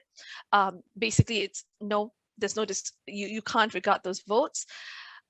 Second, classification of creditors. That's usually a contentious issue for us when it comes to schemes. And here it prescribes exactly what the classes will be. So it's already decided. Secured creditors, one class, preferential creditors, one class, and unsecured creditors, another class, and that's it. So all of this sort of takes away uncertainty and room for litigation. Also, there's an automatic moratorium, which we consider really important to be able to restructure. And lastly, the company actually doesn't need to engage lawyers. The company's officers have leave to basically represent the company in court. So that's essentially how the simplified restructuring program works. In a similar vein, the winding up program is also based on an existing regime, which is our creditors voluntary winding up regime, but it's sort of been simplified even further. What happens is the official receiver will be the liquidator, and at the outset, the official receiver will assess whether the assets are enough to even cover the cost of the winding up. And if it isn't, then the company is immediately dissolved. I mean, the creditors have an opportunity to object to the dissolution, but generally it will be dissolved. It's an early dissolution process. Now, assuming there's enough to cover the cost of the winding up, then the official receiver will realize the assets, creditors will file proofs of debt, and then dividends will be paid. And the official receiver will then publish on the government website the final account, showing that how the winding up was conducted and how the property was disposed of, and then the company is dissolved. So again, the cheap, fast, good value propositions. There's no creditors meetings. There's no need to pay for an external liquidator. The official receiver is the person who will conduct the liquidation. Though the official receiver is empowered to appoint private insolvency professionals as special managers. And when that happens, it's also at a reduced subsidized cost. So in total, the company only has to pay about $3,000 for the whole simplified winding up process. There's minimal involvement of creditors in the sense that apart from no creditors meeting, there's also no committee of inspection that's formed. The powers of the liquidator, as in the official receiver, are also curtailed. So in the sense that there's no ability or power to litigate, commence legal proceedings, or assign proceeds of an action. And also, instead of typically in our normal winding up situation, there's 3 months after the final account is presented for the company to be dissolved. Under the simplified process, it's 1 month. So that's basically it. I hope I've convinced you of the cheap, fast, good maxim for Singapore. And with that, I'll pass the floor back to Professor Wan. Thank you so much. Thank you. Thank you, Smita. So we have about 30 minutes for Q&A. So what I would do is that I will look at the questions in the Q&A module on Zoom, and I will read out the questions.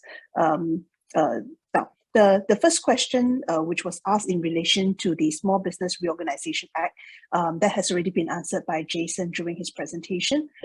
There is a question from Jody, who has asked, how do these American Chapter 5 specialist trustees who negotiate between the SME and creditors, I presume they're appointed by the courts or on rotation from the insolvency practice, get paid? Are their fees determined by the courts or by the creditors or the SMEs? I think Jason might have a little bit of an issue with his internet connection, but let's see whether Jason is able to answer the question. Can you hear me? Yes, I can hear you perfectly. Okay, excellent. So I'm so sorry for my local utility internet shutdown. I've dialed in so I can answer the question. So just to be clear, the Subchapter 5 trustees are appointed by our system regulator, not by the court. It's called the United States Trustees Office, or the Office for United States Trustees. They sort of make the system go and regulate the integrity of the system. As for the fees, I think fees in this context, I have to admit that I haven't followed this question carefully enough to be absolutely confident of the answer, but I'm fairly confident the answer is the fees are essentially negotiated between the debtor and the Subchapter 5 trustee, and they're just rolled into the plan. It may well be, as in the ordinary Chapter 11 context, that these fees have to be approved by the court eventually, and the representative, the trustees themselves, certainly have to be cleared as being disinterested as defined in the law. But these fees are so much lower than the average Chapter 11 numbers that my strong sense is that, whatever reasonable figures these Subchapter 5 trustees are presenting, they are approved by, I suspect it's the court, but certainly the Office for United States Trustees passes on these fees in the first instance. Right, thank you, Jason. The next question is from Natalie Markova. She made a comment that China is now experimenting with simplified insolvency rules for small, simple cases of insolvency. And interestingly, the rules are also drafted and tested by the courts, which is similar to the Myanmar experience. So she wonders whether the panel members think that incorporating courts as the core of the drafting team is a lesson that other countries could or should learn from the recent Asian reform programs in this area. I think perhaps the question, is there a volunteer for the question? If not, maybe I can ask Scott to give a little bit more elaboration on why the courts were critical to the experience. Certainly.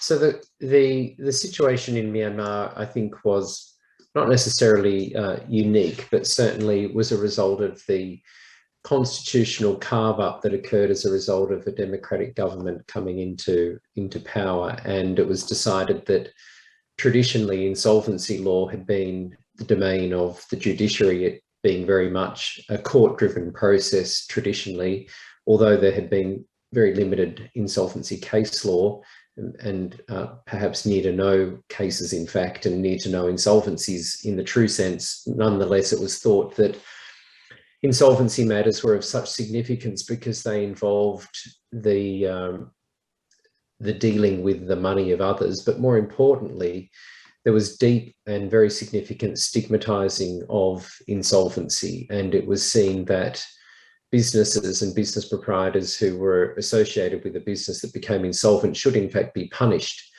And one of the raging debates that we had during the consultation process and the law development process was to persuade the judiciary that it was time to let go of the imposition of penalties and offences as a consequence of insolvency. And indeed, rhetorical questions continued, perhaps more than rhetorical, as to whether or not it was still possible to impose a criminal sentence for anybody who was associated with the business that went insolvent.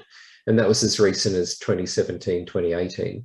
So against that backdrop, the court, well, really the judiciary, given the power to oversee the development of the insolvency law, were reluctant to let go of that power, but they certainly, to their credit, saw a way through to removing criminal consequences for insolvent trading. I think maybe the most useful comment I could make in relation to the role of the courts and the judiciary in insolvency law reform is that there is a very strong argument to ensure that in the implementation of any new insolvency law, especially in the MSME space, that considerable work is undertaken for capacity building for the judiciary, for practitioners, for stakeholders, to educate businesses to understand how insolvency operates. And I think the difference between the successful implementation of an insolvency law, especially in a country where the economy is still emerging, versus those where it simply is recorded on the statute books but nothing else happens, is the amount of investment that occurs in the capacity building. And but for the interruption of the coup, that certainly is where the majority of the time and resourcing would have been devoted. So I think any country that has the capacity to develop a specialised insolvency court or specialised insolvency capability, especially in the MSME space, will be well ahead of those that don't have that. Thank you. Sorry, this is Jason Kilborn. Can I interject just a quick comment in response to that? Yeah, sure. Please go ahead. So I've actually been spending a research sabbatical studying these developing Chinese systems for individuals and small businesses. And the quick comment that I have to offer is, you know, we might notice that the procedures that have been developed entirely by courts in Wenzhou and Taizhou are very conservative. They change very, very little from the ordinary enforcement proceeding. They're largely just a matter of sort of consolidating a number of enforcement cases. When the legislature gets involved, as in Shenzhen, then we get a real law. I mean, the Shenzhen law for personal insolvency resolution is so impressive. I mean, this is just a beautiful partnership coordination between the legislature and the courts. So I would say, while it is quite useful and maybe even necessary, as Scott says, to involve the judiciary because they have such frontline experience, it probably is necessary, if you want an optimal result, also to include the legislature and to get sort of a compromise position, moving us away from the traditional sort of conservatively oriented courts. Yes, agreed.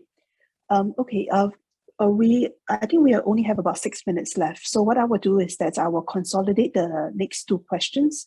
The question is, unregistered SMEs facing financial distress due to the pandemic, what is the supports in place for cross-border support mechanism, including financial and restructuring? The second question is there a set of principles for restructuring that are used by judges or mediators and whether that is publicly available? I'm wondering whether Judge Susanna would like to answer the questions. I'm not sure if there is a lot of cross-border support mechanisms given that the SMEs nature of businesses, but I'll be interested in whether you have any views on that. Well, of course, now your sense was right. We don't have cross-border issues regarding these small cases, but we have the model law in our legislation. So in the case that a cross-border issue will arise with regards of a case like that, we will have these tools for use them even with these small cases. And the other thing that I think I believe is useful to mention is that these procedures, although they have different stages, the law says that they can be coordinated with the ordinary reorganizations and the ordinary liquidations. So we have a way to put together small procedures with ordinary procedures. So in the case cross-border issue arises with a case that will normally be an ordinary reorganization or an ordinary liquidation. And there is, for instance, the individual business person behind that business that could be coordinated as part of the cross-border case. So we have not seen that yet, but we have the tools to deal with that if it appears in the future. Okay, would you like to also answer the question in relation to mediators? Has there been a set of publicly available guidelines as to what the mediators can do? Okay, so we have the judges acting as mediators during these small cases, as I mentioned. And we also have another independent procedure, which is an insolvency mediation handled directly by arbitration and conciliation centers of the chambers of commerce. So these centers that are experts in arbitration and conciliation now have the power to do these mediation procedures for insolvency. The real effect of this has not been very broad. It has not been very used in practice, and I believe this has some relation with the fact that we have these similar procedures at the superintendents of companies as the bankruptcy court, and they are free of charge. And when you go to a mediation center, you have to pay the fees. So in an insolvency situation, every penny matters. So it hasn't been very used so far, but we trust that it is understood as a very useful tool. And especially some of the businesses cannot go to the bankruptcy court because they are excluded from our business bankruptcy regulation. So for instance, a gym that is registered as a health institution because it has some tax benefits cannot go to a reorganization before the bankruptcy court because it's excluded from the bankruptcy proceedings, so it cannot go there. But it didn't have a new reorganization proceeding or a recovery proceeding, so it can go to these mediation centers. And actually, I'm gonna mention something that probably will be familiar for some of you. There is a case called Monómeros, Colombo Venezolanos. It's a huge case, and it's now being dealt in mediation before a mediation center in an insolvency proceeding. So it is becoming every time more interesting for special situations. So we hope this is extended, and of course this supposes a change in the way of thinking of the solution of a bankruptcy situation. Thank you. I only have, I think, a couple of minutes left. So I will combine the last few questions for Smita to answer. They relate to the simplified insolvency restructuring proceedings. So the first question is, how has been the response like in the past year? Is there a difference in the cost between simplified debt restructuring and liquidation? Then there's a specific question on, in terms of winding up of the operation, can the company or the SME choose to wind up for the choose to wind up the operation even though it is not insolvent? And finally, whether Singapore should make the simplified insolvency proceeding permanent and whether mediation should be incorporated in the process. I'm afraid, Smita, you have 1 minute to answer these questions. Sure. From ground up, yes, mediation is very big in Singapore, and like Judge Susanna said, our courts also actively encourage mediation in insolvencies. So a big yes on the mediation front.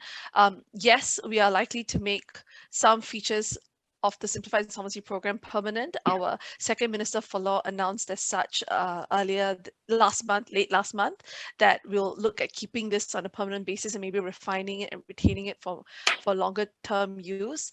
On the question as to the take-up rate, I think the numbers are quite similar to Australia, actually. That struck me when Jason was talking. But in part, I also think that because of the COVID relief measures and the government stimulus measures, there hasn't been more of a take-up rate in this past year. It's only been a year since the program was rolled out. Oh yes, and then the difference in the price.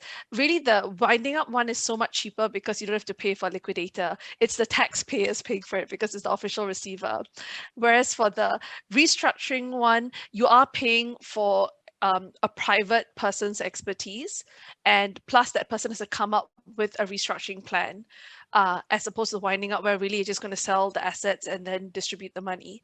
So that's essentially why there's a difference between 3,000, which is the nominal fee you pay the official receiver to administrate the liquidation, and the 18,000 that you would pay to a restructuring advisor to come up with a scheme and walk you through the whole process, including the court proceedings. Okay, I try to keep that to 1 minute. Thank you. Thank you so much. Okay, so that concludes this panel, and thank you very much to the panelists.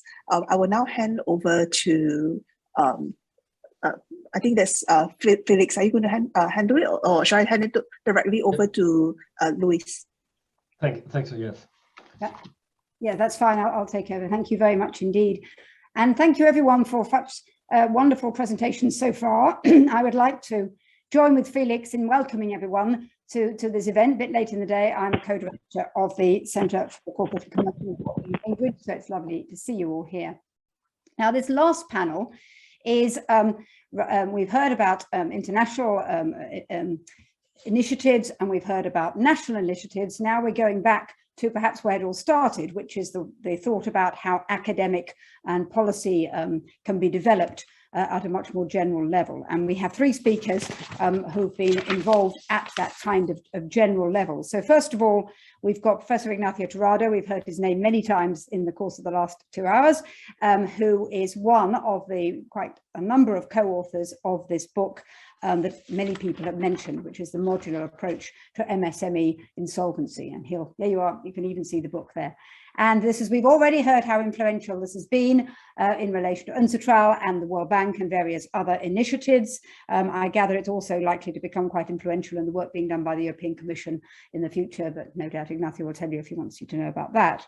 So next we have Anton Rocha, who is from the IMF, and she's worked in many SME insolvency issues over the years on the ground, and hopefully she'll be able to tell us about her experiences, but at a policy developing level. And then finally, we have Aurelio, who I don't need to introduce because he's already spoken and everyone knows who he is anyway, but I will say that he is one of the co-authors of the Guide to MSME Insolvency as part of the ABLI project on the Asian principles of the business restructuring. And this is, I don't think it's yet been published, but I've certainly been involved a little bit in seeing it. And this is a wonderful initiative that he's been involved in, thinking particularly of the Asian market. So I'm going to hand over, if he's still there, to Professor Ignacio Tirado. Ignacio, you have 10 minutes. Right, thanks, thanks, Luis. Thanks to Aurelio and Felix for their invitation. I am a little bit intimidated because I got a very intimidating email from Luis a couple of days ago, who's a very, very powerful person. So we will try to stick to the 10 minutes, but you can't promise. So you should feel free to just mute me. The idea of this is that when we started working on this, much has already been said about the reality of MSME insolvency. It's actually quite interesting because it's one of these areas in the law where basically the system works nowhere, or in very, very few countries in the world with very particular characteristics, very, very advanced, it really is one place where not even those countries can be fully satisfied with their system. That doesn't exist pretty much in any of them. Part of even insolvency law, which is the dustbin of the law, isn't it? Is the place where it's most difficult to actually come up with some ideas that work in practice. Of course, it concerns a huge amount of businesses and an important part of the labor force. I should say, and I'd like to add to that at least in countries like Spain, but in many others, many of those MSMEs are actually individuals, and the plumber, is a professional which would even have employees but wouldn't use a corporate cover, and that makes a big difference. It makes a big difference in terms of regulation. It makes a huge difference in terms of political pressure when it comes to the legislator to try to enact the system. So that needs to be considered in legal reform. It's very important. So even in very developed systems, individual sole entrepreneurs are actually quite an important part of the landscape, and that requires ad hoc rules. What I'm going to talk about is the work of a group of colleagues and friends, Professor Janisara, Professor Ron Davis, Stefan Madaus, Rees Mokal, Irit Mevorak, Barbara Main, and the late and very much missed Professor Alberto Mazzoni, apart from myself, and any mistakes I make are, of course, my exclusive fault. When we were faced with the work, we first of all realized that we had to kind of think out of the box, because there were already a lot of initiatives back then, even though, as Aurelio mentioned correctly, it had not deserved much academic attention, with the exception of perhaps of Jason Kilburn and a couple others. So there was a lot of need for some deep thinking and some out of the box thinking in this regard. We were first commissioned by the World Bank. Although Andres is a good friend, I don't think he liked the idea very much. So in the end, it got pushed on to other endeavors. We finalized the book. It did influence, to a certain extent, I would think, the ancestral outcome. And we are hoping, Stefan Madaus and I, as members of the expert group at the European Commission, that it may bear some influence also in the European Commission new coming uniform instrument, whatever it is. So first of all, this modular approach, and the approach must be, and this is very important, not just about modifying insolvency law. Just doesn't work. You need to provide a reform which covers different areas of the law, because if you want to streamline an insolvency procedure, you need to make sure that the way debtors participate and the information available is reliable. So you need to act on the front of, for example, enhancing and improving financial information in countries, especially for smaller entrepreneurs. That's an area which is very difficult to manage and to handle, but without that, no system will probably work, unless perhaps in the most advanced systems. Second, there is a need to go for an upgrade in technology in the management of these procedures. This is key in the future, in my opinion, in our opinion, and this is actually happening now. You have to focus on upgrading technology for these systems.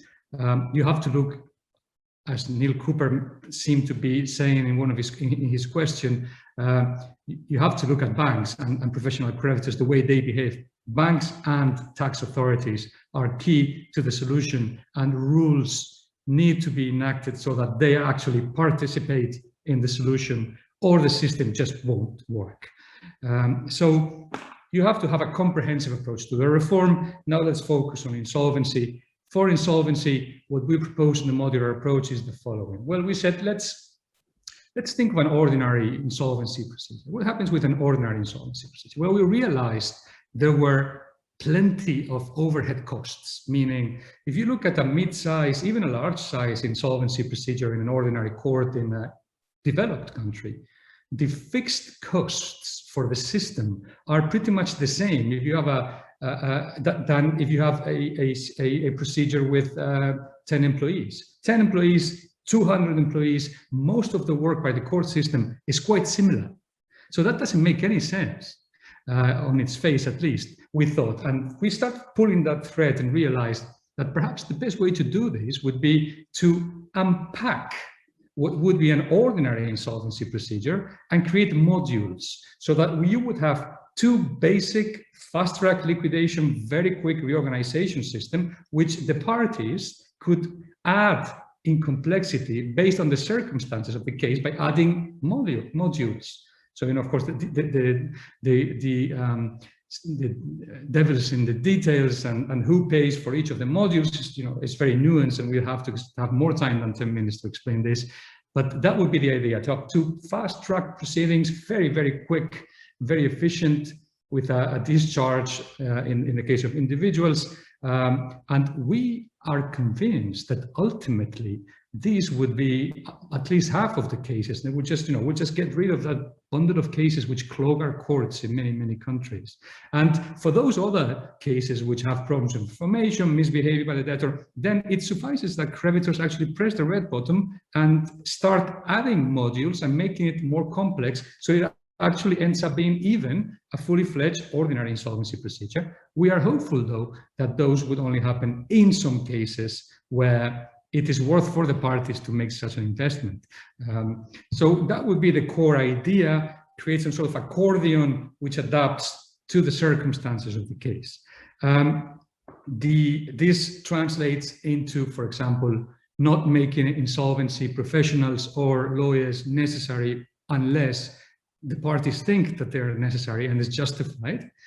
There will, a simple case in which you have the owner of a small pizza place with an oven and a few suppliers which are actually regularly paid, and a truck that is delivery, and the few assets that are left are already pre-allocated to secure creditors. Why in the world would you need an IP there? I mean, on its face, there's no need. You can liquidate that easily and assign the assets. Of course, as I said before, if there is any reason to think and suspect that there's been hiding of assets or misbehavior, then you press the button and you call in the professional. So it's not like there is no way to make sure that this is actually considered. The special rules would need to be enacted to create the right incentives for the parties to act. So those who would benefit from an action or from a measure would be the ones that would need to be proactive and even bear the cost in some cases. We would need to, or we propose that special rules are included to foster or to tackle one of the main problems of MSME insolvency, which is creditor passivity, especially for the larger creditors. So we proposed what's called the scream or die rule and the deemed consent rules, which have now pretty much been adopted by Ancestral in their proposals. That those were all included in the book. I remember at the beginning, both the World Bank and the IMF were not very keen, but I think at this stage, this seems to have been accepted to some extent. Just two final points in this very, very quick and rushed intervention. Court intervention to the minimum, absolutely. One final point, very important. Technology in liquidation can really take away most of the burden of the procedure by creating online platforms. Those really would be very helpful and would just turn many, many cases into very quick cases which could be handled centrally and with very, very few costs. So modularity, flexibility, technology, that should come up with some good ideas for, so produce some good ideas for reform. Have I been a good boy? You have. Okay. You have, spot on. Thank you very much, Ignacio. Okay, Anjum, if you wouldn't mind, 10 minutes from you, thank you. Good evening, good afternoon, good morning to everyone. Thank you, Luis, and it's an honor to be here today. Thanks to the organizers for bringing this excellent group together. As Luis said, my name is Anjum Rosha. I work at the International Monetary Fund. And at the International Monetary Fund, we tackle insolvency from the perspective of macroeconomic stability.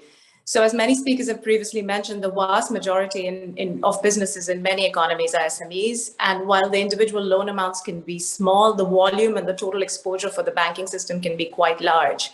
And widespread failure of SME businesses can create a domino effect in the economy. It can amplify distress, which could also very quickly spread to the household sector in many economies and to larger corporates. So facilitating an orderly exit for failed SME businesses is seen as a way that can help contribute to the stability of the financial system itself. And that's why the IMF looks into SME insolvency and the rules and regulations and the framework for them.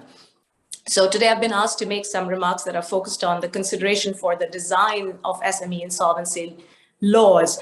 Now, this is a complex area, and even in countries like Japan and Korea that started thinking about SME insolvency quite a while ago, there are still significant challenges. So as Ignacio was saying, there is nowhere where there is an easy solution or there is a model that can be easily transplanted elsewhere in the world. I have to say that, my views as expressed here are my own, and all mistakes are mine too. So feel free to call me out. I think focusing on and picking up on some of the points that others before me have made, before one begins the policy discussion on how to design an SME law, one has to recognize the heterogeneity, right? There's no universal definition of an SME. A company that is an SME in Myanmar is not going to be one in the United States. And even within the SME universe, we have the very informal micro enterprises that are unincorporated, the entrepreneur or the sole proprietor that Ignacio was talking about. And at the very other end of the spectrum, we have the medium-sized enterprises that are incorporated, relatively well organized, and have a lot more in common with sort of the standard sized businesses for whom insolvency laws are generally designed, right? So when we discuss the SME problem, many of us think in our minds of the micro enterprise, but we continue to use the term SME, which can sometimes be a little bit over-inclusive. So as an important starting point for policymakers, one has to identify the perimeter of what is being covered. What is the problem that you're trying to solve? Is it really a micro enterprise problem or a broader SME problem? And the entry-level requirement into law, the eligibility of who can find relief under an insolvency law, that perimeter can be defined in many different ways. And there is no sort of clear preferred option, but it's certainly something that policymakers, lawmakers need to dwell on and really sort of think about that perimeter of what is the problem, who is eligible. I think the other sort of option, I know we talk about laws a lot, but we also, again, in that background, have that idea that maybe you don't always have to go to court, right? So looking at out-of-court options. The SME insolvency problem, from our perspective, invariably carries with it a concern about volume of cases, right? So one possibility is for countries to consider an out-of-court procedure, which will relieve some of the burden on the official institutions and the formal sector. So in Portugal and Spain, we saw these mediation-based out-of-court mechanisms come up in the aftermath of the Eurozone crisis, which seemed to provide some relief. Hybrid procedures, pre-PACs, those are attractive options as well to explore, primarily to take the pressure off. And I think in the area of SME insolvency, judicial involvement versus administrative procedures, largely administrative procedures, is something that certainly could be thought about, particularly when we're looking at individuals and entrepreneurs and sole proprietors. Thinking about in-court options and moving to the in-court processes, I think others have alluded to this idea, and our Australian friends seem to have sort of neatly distanced themselves from it in their law. But in micro businesses, the person and the business may be so intertwined that it's just difficult to separate one from another, and to really separate the business debts and the business assets from the personal debts and the personal assets. Particularly when you're dealing with unincorporated entities. So in some countries, to deal with this set of issues, certain SMEs are just eligible to use the personal insolvency procedure, which can often be more streamlined and better suited to use by entrepreneurs. Purists don't often like that option, but certainly it's one that should be seriously considered. In general, including in Europe, the emerging consensus around unincorporated businesses is that entrepreneurs need to have the option of a fresh start or a discharge in insolvency proceedings. And this in Europe is pretty novel, but in other parts of the world, it might not be. Finally, of course, recognizing that a judicial procedure is best suited in certain situations, for example, where firms need both financial and operational restructuring, where moratoria could be useful. So those are the types of things where an in-court procedure provides you with something that's a little bit additional. I want to also reflect on this idea of simplification and streamlining. I mean, you know, the idea of simplification and streamlining, which are really very used words in any discussion about SMEs. The idea is to reduce cost and the time that the process takes, right? And this is clearly more easily said than done. Our Singaporean friends said, cheap, fast, good, pick two. But, you know, Singapore has done all three. But typically, yes, this is an area where it's very easy to say, let's simplify, let's streamline. The question becomes how. The devil really is in the details, as Ignacio said. Most legal procedures are designed to protect the rights of all stakeholders and really allow for due process, right? So streamlining and simplification has to be balanced and tested against that same touchstone. Does it allow you to protect the rights of all stakeholders? Does it allow for due process? A quick and efficient procedure really should not be at the cost of those important values, right, that a legal system incorporates. So there are some easy wins. So for example, you can have standardized forms, you can have electronic filings, you can have information packets for less sophisticated parties, you have availability of facilitated mediation, you know, some subsidized advice that debtors can reach out for. So those are some of the easier wins. But some of the more controversial protocols, like Ignacio was referring to, the scream or die, or, you know, tighter timelines that are super strict, abbreviated notification requirements, limiting appeals or to very, very specific circumstances. I mean, these tend to be more controversial because you really need to look then at the balance between, you know, the rights of the parties, due process, and the efficiency of the procedure. It's particularly important, I think, for meetings, voting, to really take advantage of the technology. So, you know, to the extent that you can have, and I think the world has realized that we are all, everything is possible in a virtual environment. So that should include meetings, voting, and all the rest of that. Funding for costs can be a huge constraint for many SMEs. And so in addition to this, the idea of assetless cases, you know, those are sort of two areas where countries with limited resources really struggle. And so there are, again, no easy answers, because if the money needs to come from somewhere, you know, what is it going to be? Is it going to be a tax? Is it going to be something else that's going to provide that important subsidy that will allow debtors to actually have that orderly framework within which to either restructure or liquidate. I also want to mention this idea of creditor engagement. There is a bit of a trope of creditor apathy towards SME restructuring because, you know, the amounts involved are just too small for creditors to care about. Based on my experience, when I think about creditor apathy, what comes to my mind is public sector creditors rather than private sector creditors. In my view, private sector creditors tend to be more hawkish with their economic interests, but tax authorities are a whole different ballgame. But for SMEs, it's particularly important that, you know, they participate and they can be brought in. And I think in particular when we are dealing with individuals, because, you know, the limitations of the tax framework can be pretty severe for them. So exactly as Ignacio said, creating that facilitative framework, encouraging creditors to participate, and proactively removing the tax and structural impediments to entering into a reorganization is pretty key. I think other rules that facilitate post-petition financing is also key, right? Because SMEs can be very liquidity starved. So how do we create that package of creditor engagement, you know, where they don't have the apathy, they are willing to put up fresh money, and you can bring in the public sector creditors. So that's really something that needs to be brainstormed. I do also sort of want to mention, because, you know, we are in this environment, some crisis considerations. So the ongoing work on SMEs by Unsocial, by the Asian Business Law Institute, the World Bank principles, they're great for dealing with SMEs in a normal world. But when we are in a crisis, they can be quite a few additional considerations. So, you know, as we move into a world where we are really unwinding the pandemic support measures, there could be additional things we need to think about. So insolvency risks for SMEs are elevated.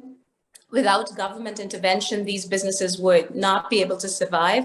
And so far, the focus of government intervention has been on temporary liquidity support like moratoria, credits, grants, stimulus, it has not really taken into account viability of businesses and really sort of come up with a more targeted strategy, because in the end, these temporary measures, the relief measures tend to be in some sense over-inclusive because you're not stopping to test viability.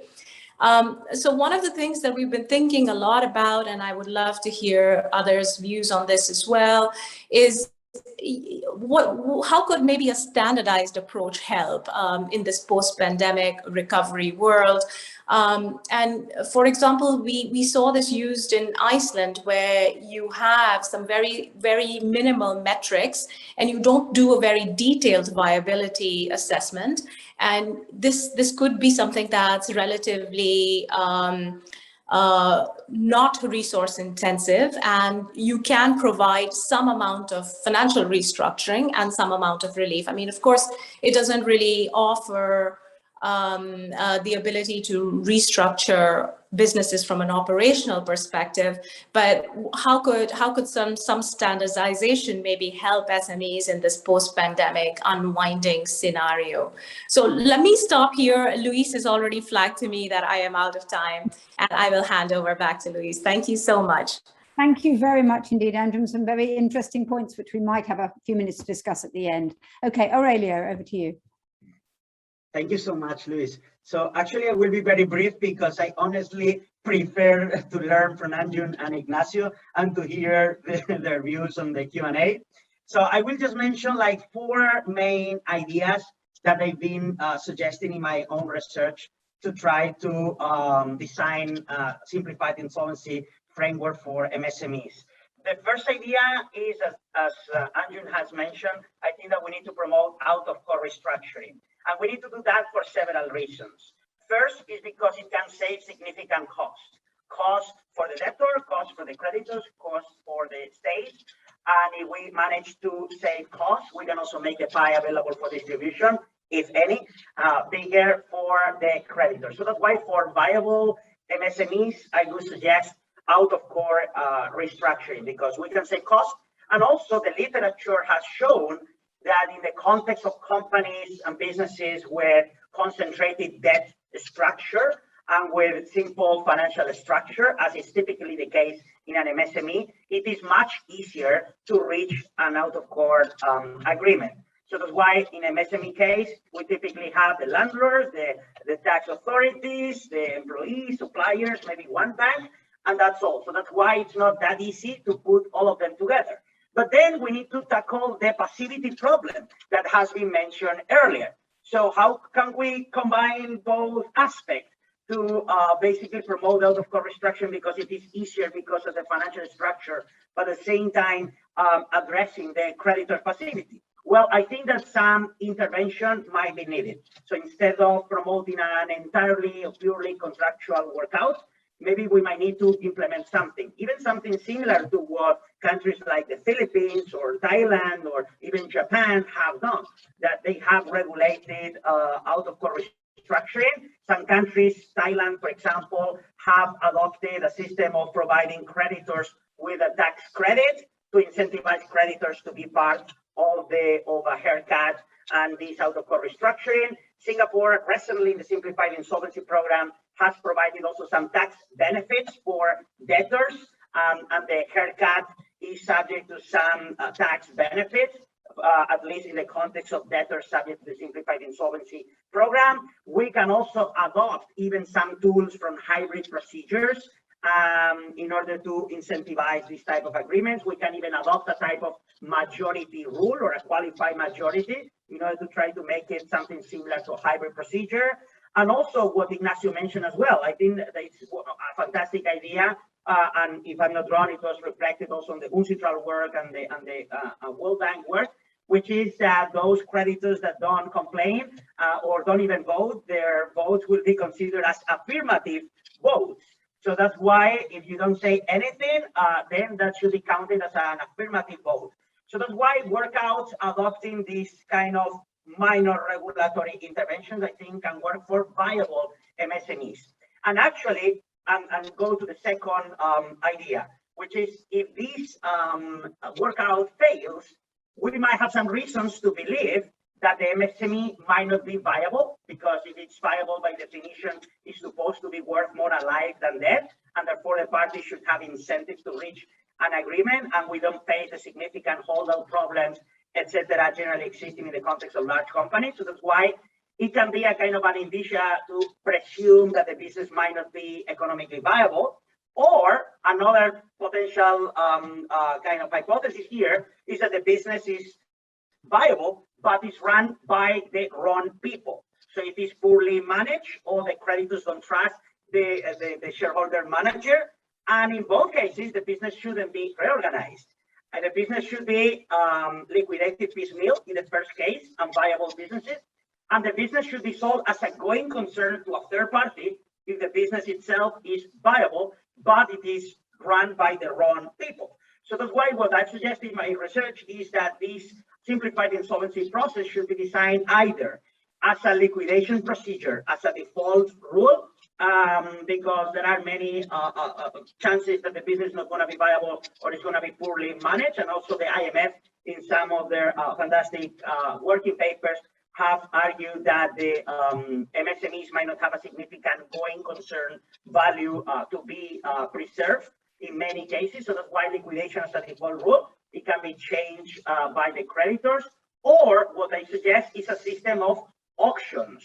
So relying on the existing literature, particularly by economists, Oliver Hart and others, they say, well, why not designing a single entry insolvency process that can end up with any solution? An organization plan, going concern sale, piecemeal liquidation, and creditors and even insiders could submit options and some bids for the company, and they can include everything: organization plans, acquisition of the assets as a going concern, acquisition of the asset piecemeal, and then the creditors will vote. So we need to rely heavily on technology, as it has been suggested, and the creditors will ultimately decide. And while the process takes place, the governance of the process should be based on a debtor in possession model. The creditor should be empowered, as Ignacio mentioned, to appoint an insolvency practitioner, and they will usually do that in cases involving fraud or mismanagement. Some basic rules on deep financing, but again, we want to minimize the intervention of courts. So that's why I think that the deep financing should be authorized by the small committee of creditors involved in the process, and through the use of electronic means, they should provide the administrative expense priority.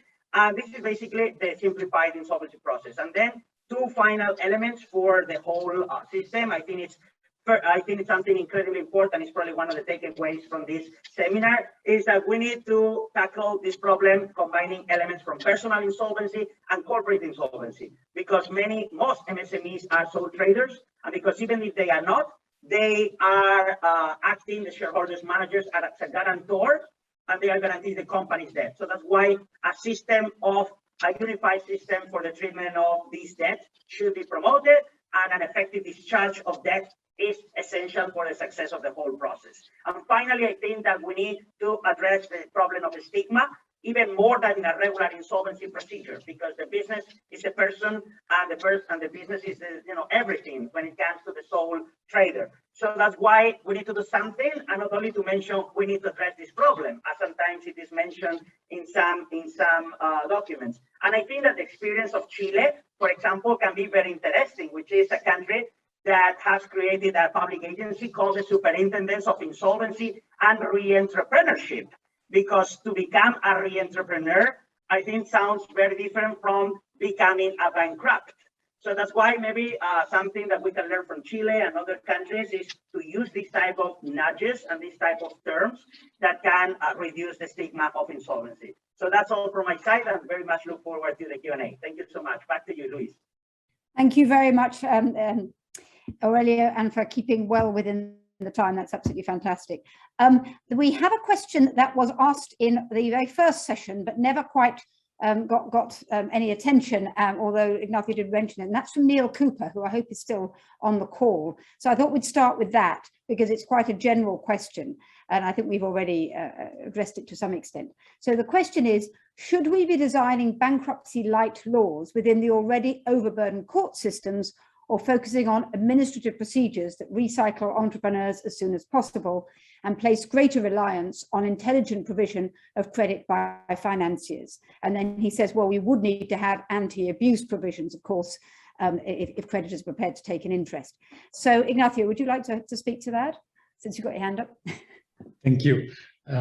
Well, I think, I'm not sure if I go as far as what Neil proposes, but I do think, and I've always thought in all these years working in legal reform, and I know this is an anathema and it's not going to become very popular for saying it, but all too often, it would be, the final outcome of the situation might be better if it was in the hands of the sophisticated creditors, and especially in the hands of the financial institutions, to decide whether a bank, whether a debtor is viable or isn't.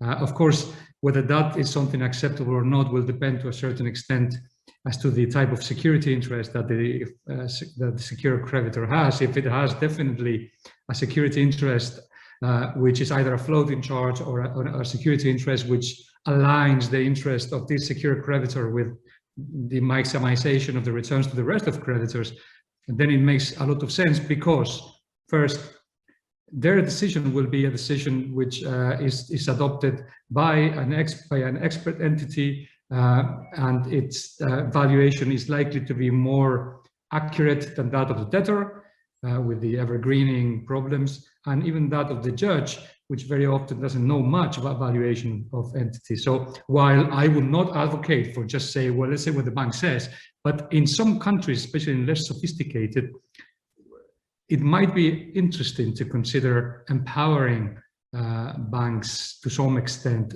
first in the way they lend, and second in the way they restructure. And if I'll just finish by saying, there's a very good question by Stefan, which leads me to say that actually the main problem in MSMEs in practice that I have seen in legal reform is the exponential growth, especially after COVID, of procedural and material law privileges by public creditors, which is just destroying the value and basically taking away all incentives by all other creditors to participate in the restructuring of viable MSMEs. Thank you very much. And before Andrew Massimo, you have your hand up, I'm going to read out Stefan's question, and then maybe Andrew, you'd like to talk to both. I mean, he says, this is Stefan Madhouse for everybody, Madhouse, who was also one of the co-authors of the Modular Approach book.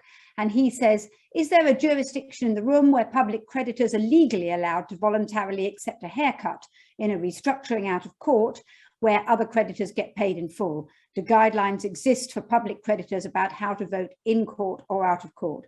So I'll call on Andrew, but if there's anyone in the room who feels they want to talk about their jurisdiction, then that would be great as well. Thank you, Andrew. Thank you. No, I just wanted to add a couple of things to the question from Neil. I think, you know, the idea of an administrative procedure is often very attractive because we all see how difficult, complex, and overburdened court procedures are.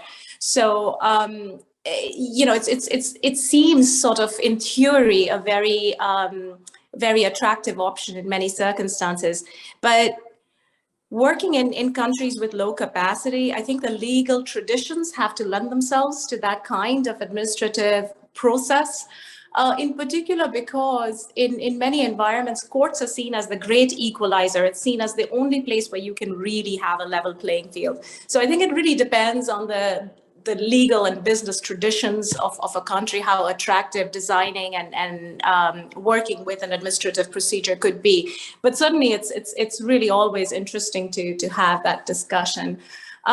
Regarding haircuts for tax authorities, this is so thorny.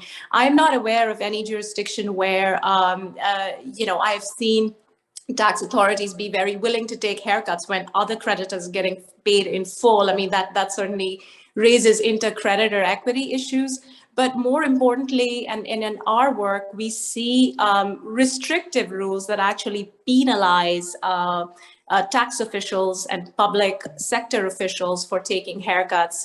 And these are usually captured under anti-corruption rules and rules regarding dissipation of state assets. So, you know, there are sometimes disincentives for them to participate and really take the initiative. We tried in Greece to work with the authorities, and there was this sort of interesting law that was considered and I think in the end adopted, which sort of said that, look, where private creditors are taking a certain haircut, a proportionate haircut could be acceptable to the tax authorities. I'm not sure where that went or how that played out in practice. Maybe others might have a view, but the idea was to create a situation of intercreditor equity, but also provide some cover to public sector authorities and tax authorities in these circumstances. So hopefully that helps a little bit. Thank you very much. Just to mention an anecdote from the UK, which is that tax preference for certain taxes has been introduced, so brought back by the government over floating charge assets. So the tax authorities are certainly not taking haircuts in the UK, but rather the reverse. I think I'll just read out what Neil said. So Neil's sort of come back and said he's still here, which is lovely. Thank you, Neil. And he said that the references to mediation presumes any creditor is prepared to invest time in what is usually a lost cause. So obviously he's a little cynical about mediation. I think, unless I'm told otherwise, Felix and Aurelia, we're now at 14:57 in England, which probably means I need to hand over to you to wrap up. Is that right? Thank you. Yes, Louise, that would be great. So thank you very much, Louise and the panelists for this. We'll wrap it up in a twofold approach. First, I will try to conclude and sum up what we've discussed today, and then Aurelia will conclude overall. This was a very rich roundtable. And we've discussed many details. So I'll still try kind of a short 2-minute summary. I think, first of all, I think there has been a strong agreement that as concerns micro and small businesses, there's a high relevance for value creation, for job creation, but also for macroeconomic stability. I think we've also identified certain special characteristics of such businesses in financial distress. To mention in particular, a central governance model, creditor passivity, difficult to access finance, a lack of sophistication, for example, by way of poor record keeping, overlap of business and personal finances, and natural persons as business owners. The OECD presentation also emphasized, however, that further fact-finding is still needed. Now, what are the solutions? There's also been agreement that we can identify general principles, but also there needs to be local adaptation. And I think a good example we've identified is that even the definition of small enterprise differs between certain countries. Now, there has been a lot of focus on the proceedings and agreement that we need to reduce formalities, both for liquidation and restructuring, that costs need to be reduced and that proceedings need to be faster. I think there's also been agreement that this needs to be taken seriously and that too much clutter in legislation risks failure. There is, however, a tension that arises from the need for due process. I think there was a certain agreement that the solution also include reducing options. So, for example, we mentioned that it may make sense to exclude debt equity swaps to limit the kind of claims the administrator can bring. However, then Ignacio raised the interesting point or made the case for party autonomy in small business insolvency. On the other hand, Anjum emphasized that there are easy wins to be gained by standardization. I think this is perhaps one of the core issues that needs further exploration. So is it a dichotomy when we're looking at autonomy and standardization, or is there a way to combine autonomy and standardization? For example, allowing choice within a standardized framework. I think while a lot of progress has been made, I think the issue of autonomy and standardization in micro and small enterprise insolvency needs further exploration. As regards restructuring, I think there seems to be a consensus, at least of what I've heard today, that debtor in possession makes sense in many cases. In terms of solutions to creditor passivity, The solutions offered today were to redesign the scope of the insolvency practitioner, to facilitate credit decisions, for example, by way of abolishing the need for meetings or allow implicit voting. Given that natural persons can be business owners, I think there was consensus that discharge needs to be facilitated for such owners if they acted in good faith. Also, institutional improvements have been mentioned, leveraging technology to improve efficiency, have the judge, for example, act as mediator in the first meeting, or not to involve the court in the first place. So summing it up, I think good progress has really been made in recent years. And I'm very grateful to our speakers and the audience to contributing to the further progress that is needed. And I think I felt that today was one such step that we've taken together in improving things further and thinking about the unsolved issues as regards micro and small business insolvency. It has been a great pleasure for me, and I'll hand over now to Aurelio to conclude this roundtable. Thank you so much, Felix. I'm going to conclude very quickly because it's 1 a.m. in Australia, and our Australian friends here, I can see some faces still around, will kill me if I spend one more minute to say thank you to everyone. Because really, my words is just to thank you all for spending the time and sharing your knowledge with all of us. We really have no words to thank you all, to the fantastic lineup of speakers joining us for this event, and also for the brave attendees joining us even in Australia at 1 a.m. and still they are connected. So I just want to emphasize that it has been a great pleasure to have this exciting and enriching conversation. So hopefully it can be an ongoing conversation that we all can keep having in the coming months, because something that we have also learned today is that we need to do more work and we need to have more policy and academic discussions on MSMEs and insolvency. So I cannot think of a better group of experts to have this type of discussions. So hopefully we can meet more often to discuss this issue. And we will definitely keep you all posted about our next SMU-Cambridge Roundtable. And also we will be sharing with all of you the recording of the event and definitely some summaries that we're going to prepare. And we will share also with a broader audience. So that's all from my side. Again, thank you all so much. I would also like to thank Angela for her amazing support from the Center of Commercial Law in Asia at SMU for being here with us as well. And have a good morning, good day, afternoon, evening, night for those in Australia, to everyone. So thank you so much.